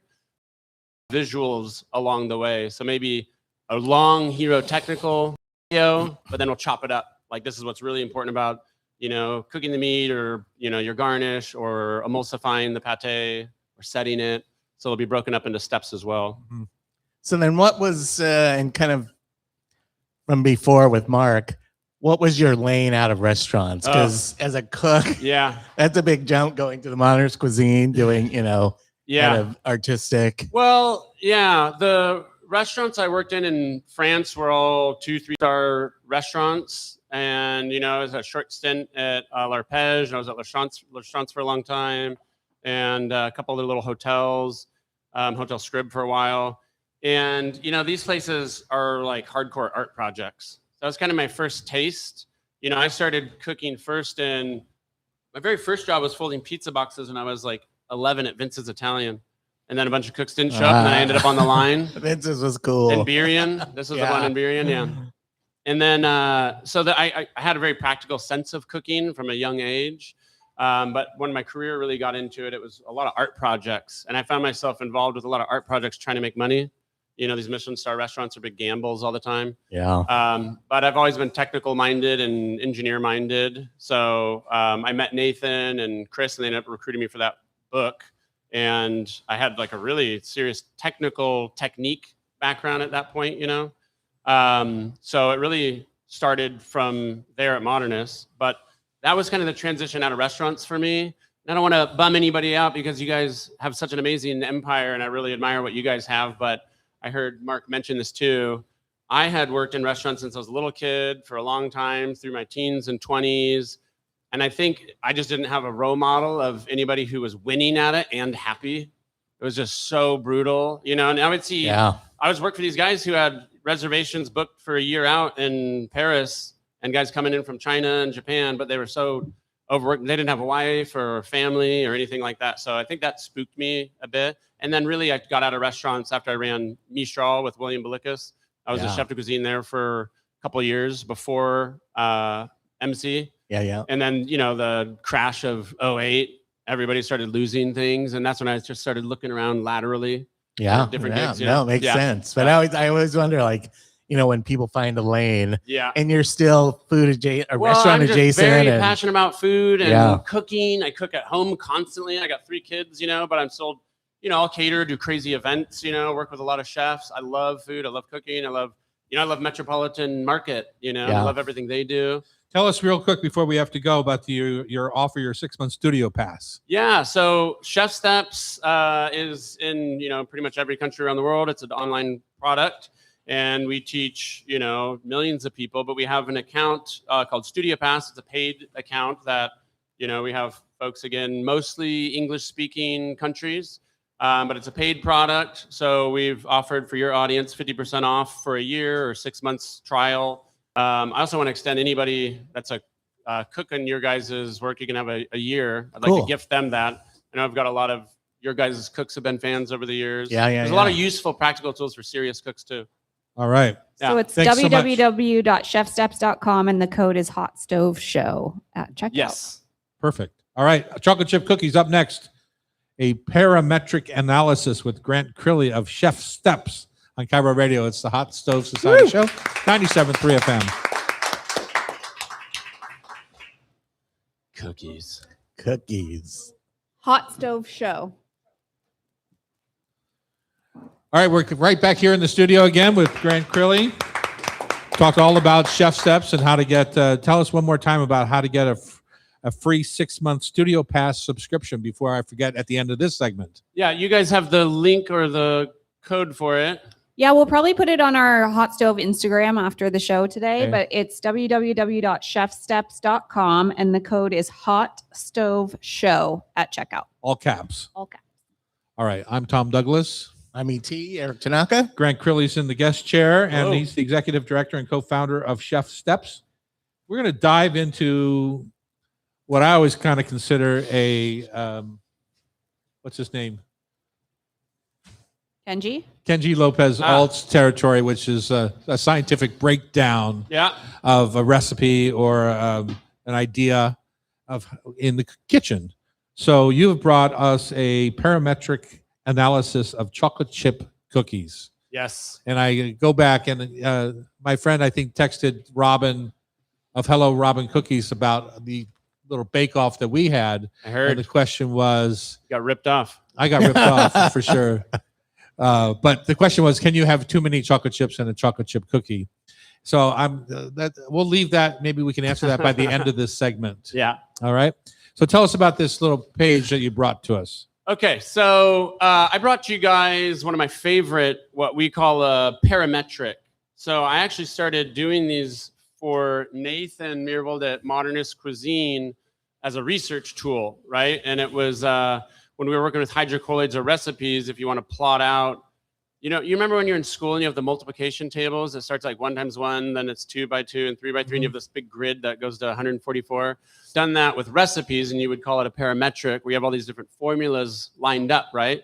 And so if you take pancakes and you find one that's super fluffy, this pancake one that's extra rich, this one that has this perfect texture you like on the outside, whatever the qualities may be, if you line up the formulas, you can create what's called a parametric, and you'll see standout highlights of why this one's fluffy, why this one's thin, why this one's crispier. So you can do this that with one pretty might much any have recipe. This one might have egg whites whipped and Totally. folded back into it. The other one doesn't. Yes. So you can pick up different features. Yes. Yeah. So there's a lot of parametrics on Chef Steps, and then we visualize them. So eventually you can get to a place where you can see how chewy do you want your cookie, how chocolatey, how fluffy, how cakey, and then that's the formula for me. So it's always starting from a place of visual preference based. How do you want your meat done? How do you want your pancake? We have parametrics for all sorts of different foods. But this one, I brought the cookie because I think it's one of the most, it's probably one of the most popular that we have. But as well, this is something that I thought was even more interesting, and it was just out of a moment of desperation, where at the time, I think I launched this in 2019, this one. I took all the highest performing SEO cookies online. So, the most popular ones online, or some of my most popular in the cooking world and cookbooks, and that sort of thing. And you see that they all have these different qualities. Some of them say, this is mine, the pan, what is it called? The pan smack bake one that runs and has a big spread. It's thin and chewy, or one that's really thick and rich and cakey. If you line up all the formulas, you can see exactly why the way they are. And at the end of it, you can math your way to the ultimate average cookie, which I just thought when I was doing all the R&D for it, I thought, this has got to make something. What happens if you take the world's most popular cookies and you average out the formula? What would that make? And I didn't know if it was going to be good or not, but it turned out to be an amazing cookie, and we called it the ultimate average cookie.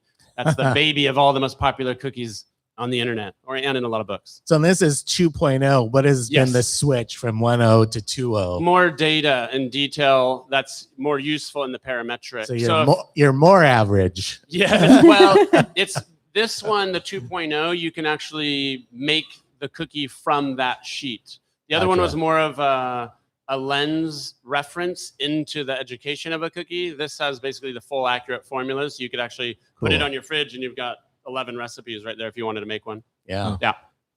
But we do it for all sorts of foods. It's just I'm a really formula percentage guy, Really? not I didn't so much notice. recipes. I love recipes, but I like the formulas. It's a better learning tool for me. Well, I like the visuals to go along with Yeah. the numbers. So it kind of, for somebody who isn't a numbers person, they can say, well, that's clearly one what I I want. like. So it's just easy to just say, that's the recipe for me. Yep. Yep.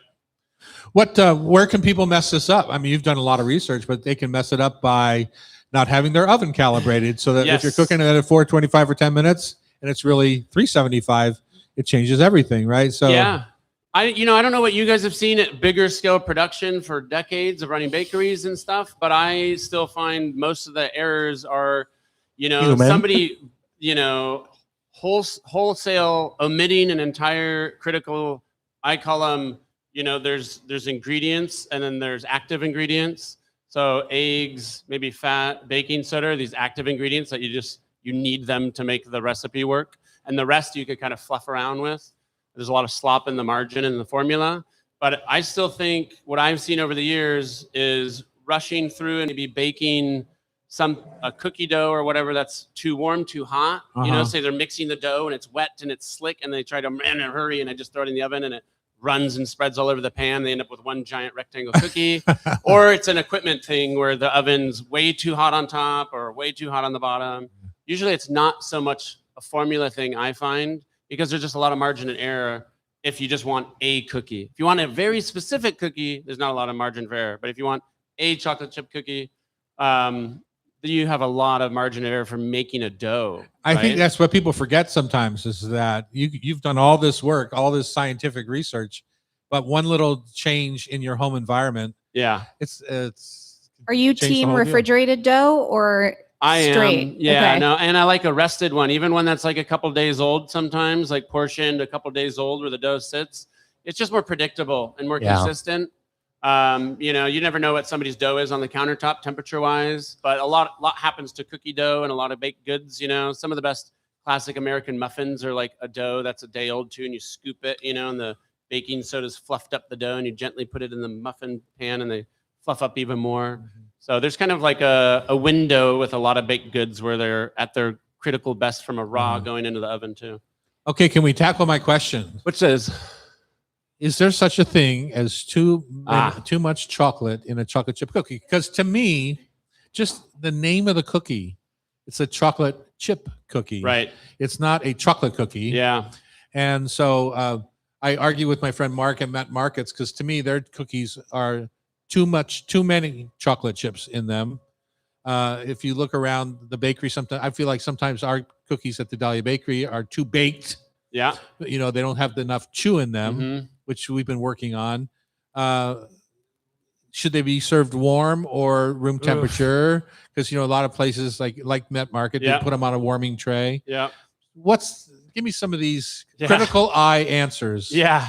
I think it's just, you know, it boils down to if you're running restaurants or hospitality, it's what's my service environment, right? So how will it get served or transported? So then you optimize for that formula. And I think I'm sure a lot of folks have had the DoubleTree cookie. If you check into a DoubleTree hotel, I don't know if they still do it, but before COVID, you check in, even if it was like 3 a.m, and you get the cookie in the bag out of the toaster. You remember that? Yeah, I do. I've And never they're been on to a Alaska DoubleTree, Airlines but- right now. Yeah. Well, the cookie I made in this one was kind of modeled after that because it was one of my favorites. You could bake a bunch of cookies, they could sit around, but you could put it in the toaster. And that's what my original cookie recipe in this one was optimized for. So you could put it in your toaster 3 days later and it comes out amazing and so gooey and crispy on the outside and chewy on the inside. So I think it's just, you know, do you want to eat it right now? Do you want to make a bunch of cookies and serve them later? I think that's the biggest question. Asking them from there, it's easy, I find. But I also, on the chocolate question, I guess the original chocolate chip cookie didn't have any chocolate in it. That Ruth Rakefield one, that was like what she based the cookies off of for Toll House. Oh, I And it did was- not know that. Yeah, it was like from my 1933. favorite is our Dahlia Bakery used to make an oops no chips chocolate chip that was the cookie, original, and that's and what Ruth I Rakeford like. ended up putting chocolate in it because some guy, Nestle something, tried door-to-door salesman tried selling her stuff for the bakery or whatever, and she folded it in, and that became the Toll House cookie. Huh. Yeah, What I know, transitioning a little bit away from cookies, but what I know Chef Steps from is like your hard kitchen tools. yes, The Joule, I feel like, yep, blew up as for home sous vide. got to make money. Yeah, So how do you kind of marry those two things? I mean, you're doing two very different things in a lot of ways. This kind of Yes. engineering and product development versus recipe and cooking. I love tools, cooking tools. I love kitchen appliances and old antique tools. I've been sitting in here looking at all this like old nut butter mill and all. I love cooking tools. So it's a big part of my passion as well. Chef Steps has had, 10 plus years we've been in kind of the cooking appliance space as well. Our first tool was sous vide. Then we had a little scale, thermometers. We have a toaster oven, the Joule oven that we launched 3 years ago. For me, the tools, there's a lot of tools out there and they're getting more precise and it raises more questions for people, which is which setting, which zone, which blah, blah, blah do I put it in? And that's what Chef Steps I've done now with Revel in the last 6 years have done really well. Our tools are connected with visual resources because like you said, Eric, I don't know which formula or number one, but I know I want my cookie to look like that. Yeah. So that's the beginning of a lot of the experiences for the tools and tool experiences and products we make. It starts with how do you want your steak? How do you want your cookie? How do you want even your cauliflower to turn out? How toasty, roasty? And then we point you towards this direction or this setting. So it's just always outcome based for the eater, the Yeah. cook. Yeah. We had a gentleman on a few weeks of actually probably close to a year ago now, maybe 6-8 months, who had a ultrasonic knife. Scott. Scott's a buddy of mine. Yeah, Scott Heimendinger. And it's supposedly I just got a message that it's going to be sent here soon. It was in process when we first ordered it, but looking forward. That'll be fun. Ultrasonic, have you tried it? I have tried his knife, and he and I had a little overlap at Modernist Cuisine. When I was the last year I was there, Nathan hired him for some projects around the lab, and we used a lot of ultrasonic tools in the lab back then, because a lot of the ultrasonic tools you would use in food or food manufacturing are homogenizers or these huge blades that will slice a very tender cake. It's like the biggest, dullest thing, but if it's ultrasonic, it just vibrates the crumbs away, and slides right off. So he's onto something I think is really cool, and his technology could apply to a lot of different things too. I always think of like an ultrasonic oven that cleans itself, bzz, cleans all the crumbs off, or all these little blades on mixers that bzz, they clean themselves off. Yeah. With Well, there you kids, you need That's to a free think about idea, that Scott. more. Yeah, I know. All right. We've been chatting with Grant Crilly, Executive Director and co-founder of Chef Steps. Go check him out. Up next, it's time for Food for Thought Tasty Trivia, brought to you by Rub with Love Spice Blends. And I would invite Grant to stay, but I'm Grant's not staying. going to. You guys are cooked. I'm not going to. It's not right. I'd like to stay. I don't want him to stay. On Cairo Radio, it's the Hot Stove Society Show, 97.3 FM. Thank you so much, guys. Thank you. Real Thank treat. you. What? Hopefully, Becky I hate made when you these feel like hard. you've lost before you start. I'm huge fans of your guys', man. I've been watching you guys since I was a little kid. Yeah, I love it. What are you suggesting? He's gonna do trivia, Taylor. Oh, am I sitting here doing trivia? Yeah, Okay. you bet. Same spot. Cool. I have to answer questions? Yes, you Yeah. do. God. And feel free to not know them. Yeah. I don't know that I will. A lot I don't know. All right, we're back in the kitchen on Cairo Radio, wrapping up our show for this week. As always, we wrap it up with a little bit of trivia. This trivia is brought to you by Rub with Love Spice Rubs. It's called Food for Thought Tasty Trivia. And while Becky is in Germany, I believe, is she still? She's in Berlin now. Berlin now. You are taking over the producer chair. This is your last week. Yep. You're doing a great job. Oh, thank you. Did you write the trivia questions today? Becky wrote them. Becky Oh, leaves before me she very well left? prepared. She doesn't like to leave things for chance, Becky. Oh, She okay. doesn't trust me. Well, I hope she's having a ball. Anyway, she's been there for 2 weeks. If she's not having fun, Yeah, it's her fault. it's on her. Yeah. What do we do? How do we play this game? We are going to play Food for Thought Tasty Trivia. Each contestant gets 5 questions. We'll go kind of around in a circle. If there's a tie, I have a tiebreaker. The winner either gets to take a stroll through the gift shop or gets to choose an audience member to take a stroll through the gift shop. So we will start with ET so he can show us how it's played. Wow. And It's tough play. let's get going. All right, Tanaka, what is the name of the historic San Francisco restaurant founded by Croatian immigrants in 1849 that is credited with popularizing mesquite grilled seafood on the West Coast? You talked about it 2 weeks ago. Oh, I know. I was just there. I I have blanked. no clue. Danish Grill. That is girl. I was Wow. just. I mean, it was just. I wasn't there. supposed to jump in there. I but know. I couldn't help it. Just Way gave to it save to your him. partner. Potato tartar sauce, my favorite thing. Potato tartar sauce. Potato That sounds tartar. good. So is that It's a does he get beautiful that point? restaurant. I gave it to It's him. He's my still partner. operating? Oh yeah. Oh, yeah. Yeah. No, Wow. it's an awesome I'm restaurant. going to lose this game for sure. Okay, number 2. Does Finland or Italy consume the most coffee per capita? I'm gonna say Finland. That is true. Finland, the Nordic countries absolutely dominate per capita coffee rankings. Finns average about 12 kilograms of coffee per person per year, while Italy comes in around half at 6 kilograms. Okay, number 3, true or false? White asparagus and green asparagus have the same nutritional value. I'm gonna say false. That is correct. False. Green asparagus contains more vitamins, minerals, and antioxidants because it grows in sunlight, while white asparagus is grown underground and has slightly lower nutrient levels. Okay, Anything multiple choice. Number 4. Which nut is actually a seed of a tropical fruit? Is it almond, cashew, or pistachio? I'm gonna say. What was the second one? Cashew. Cashew. That is correct. It grows attached to the bottom of the cashew apple. All right, for never knew 5 that. out of 5, we'll see. Jeez. Multiple choice. Which country produces the most cheese in the world? Is it France, the United States, or Germany? volume or Um, types. I'm gonna say Germany. It is the United States. The United States produces over 6 million metric tons of cheese per year. Second is Germany at 2.2 metric tons, followed by France at about That's 1. that's a lot of Munster. Yeah. More cheese. They didn't speak to the quality of Yeah. it though. More It cheese. also doesn't speak to the population. Okay, 4 out of 5. Grant, you're up. Okay, number These are hard 1, questions. true or false? Yellow and red bell peppers contain more vitamin C than green bell peppers. Vitamin C, I would say yes, because they're not green. They're colorful. That is true. As bell peppers ripen from green to yellow to orange to red, their vitamin C content increases significantly. Ripe peppers can have 50% Broke the more ice. vitamin C than their green counterparts. I had no idea. There you go. I knew they had vitamin C, but I didn't realize it varied. Had that much more. Yeah.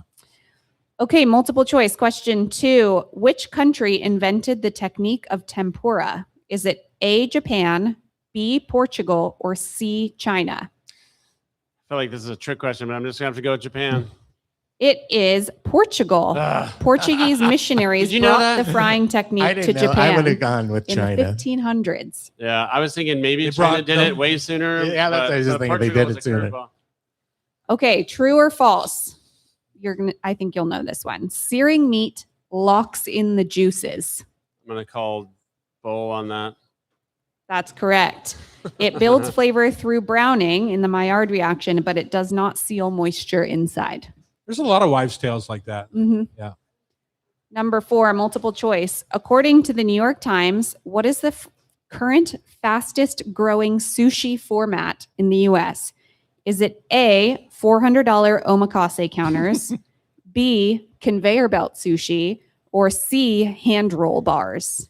Ooh, I didn't read that one. You think so? I mean, there's a lot of. What did you say? What do they call it? Bromakase? These guys who are like making a thing out of like getting dates with their buddies doing omakase. And Well, you there's said that one in fastest Ballard growing, now. not like the largest. You know, the most expensive restaurant in Seattle is in Ballard now, in the old Watson's counter space. Yeah. Yeah. But fastest growing section is. I'm gonna have to say omakase. It's hand roll bars. Eric, you tried to throw me a bone. Okay, 5, last question. On average, how long does a pesky fruit fly live? Over 15 days or under 15 days? Forever at my house. Just don't go away. The shorter lifespan.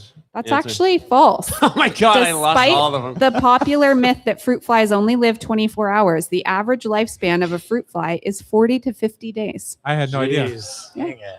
All that sugar. I know. Man, I All right, totally 2 out of 5. Wah, wah. Tom Douglas, are you ready? It depends if Annie's going to help me or not. Yeah. Probably not, knowing Annie. Okay, number 1. Which classic Indian spice blend built on warming aromatics like cardamom, cinnamon, and cloves is traditionally added at the end of cooking to preserve its volatile oils and signature fragrance? Masala of some sort. That's true, garam masala. Yeah. Okay, multiple choice. Is hexagonal a food grade cleaner, a kitchen gadget, or a key marker of freshness in olive oil? Hexanol. Sorry, not hexagonal. Hexanol. Hexagonal. I'll do number 3.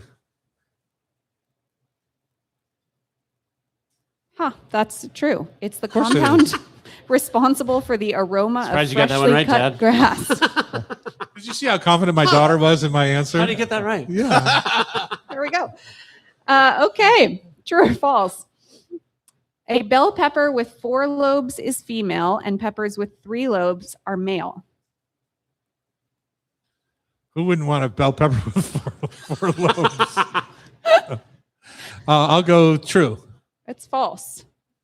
Bell peppers don't have sexes. Their flowers contain both male and female parts, and the number of lobes Trick. is simply Trick. natural Let it- let You it variation. should just call him Pat. What? You should just see, you got that, didn't you? Yeah, Pat. It's Pat. Okay. Remember, it's Pat. Yeah. Yeah. Wasn't that Saturday Night Live, right? was funny. Yeah. Early Okay, 90s. number 4. Which country is the world's largest producer of durum wheat? Italy or Canada? Canada. That's true. Yeah. All right, last question. Number 5. According to the New York Times, a growing number of 2026 sushi counters are adopting wave seating, where diners rotate every 20 to 25 minutes to maximize volume without sacrificing chef interaction. So it's not clear enough to me. Is that true or false? So when you say Is that wave, happening? are they turning over the seat in 25 minutes or are they moving around They the move restaurant? around the restaurant. Sounds So so they annoying. start at the sushi Yeah. bar and then they move to a Yes. table. So they each get the sushi bar experience, Yes. but then they move around. That is ridiculous. If it's true, I'm very disappointed. I will not I'm dine sure at it's that true. place. Is it who true or would come- false? It's true. It's true. Yeah. Because you wouldn't come up with that question, but It's the ADD in the young generations. oh you know? my Yeah. God. that is Okay, wait, we have a ridiculous. quick tiebreaker question. ET or Tom, shout it out. Which country invented the technique of confit? France.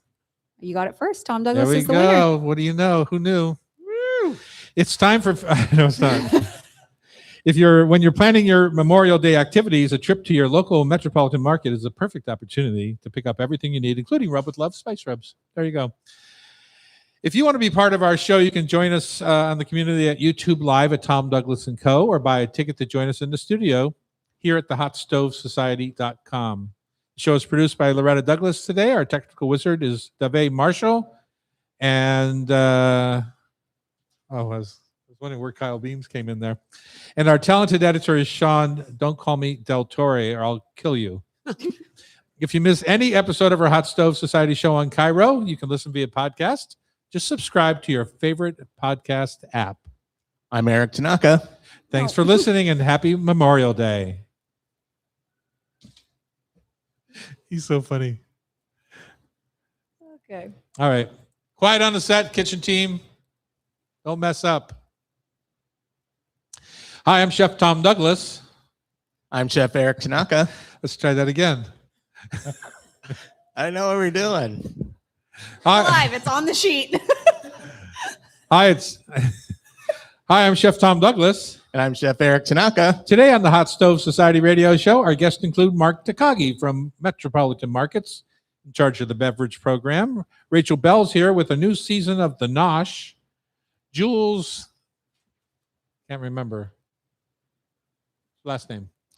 Jules flower shop. Hauser. Hauser. Jewel Hauser is here from The Flower Chef. And Grant Crilly, co-founder of Chef Steps, taking us deep into chocolate chip cookies. Sean, I hope you can mash that together and make something decent out of that. All right. Thank you, everyone. Appreciate you. You guys got great radio voices. Can't even read. I'd love Picture. a photo of these guys. Okay. Picture time. Kingpins of Seattle. Yeah.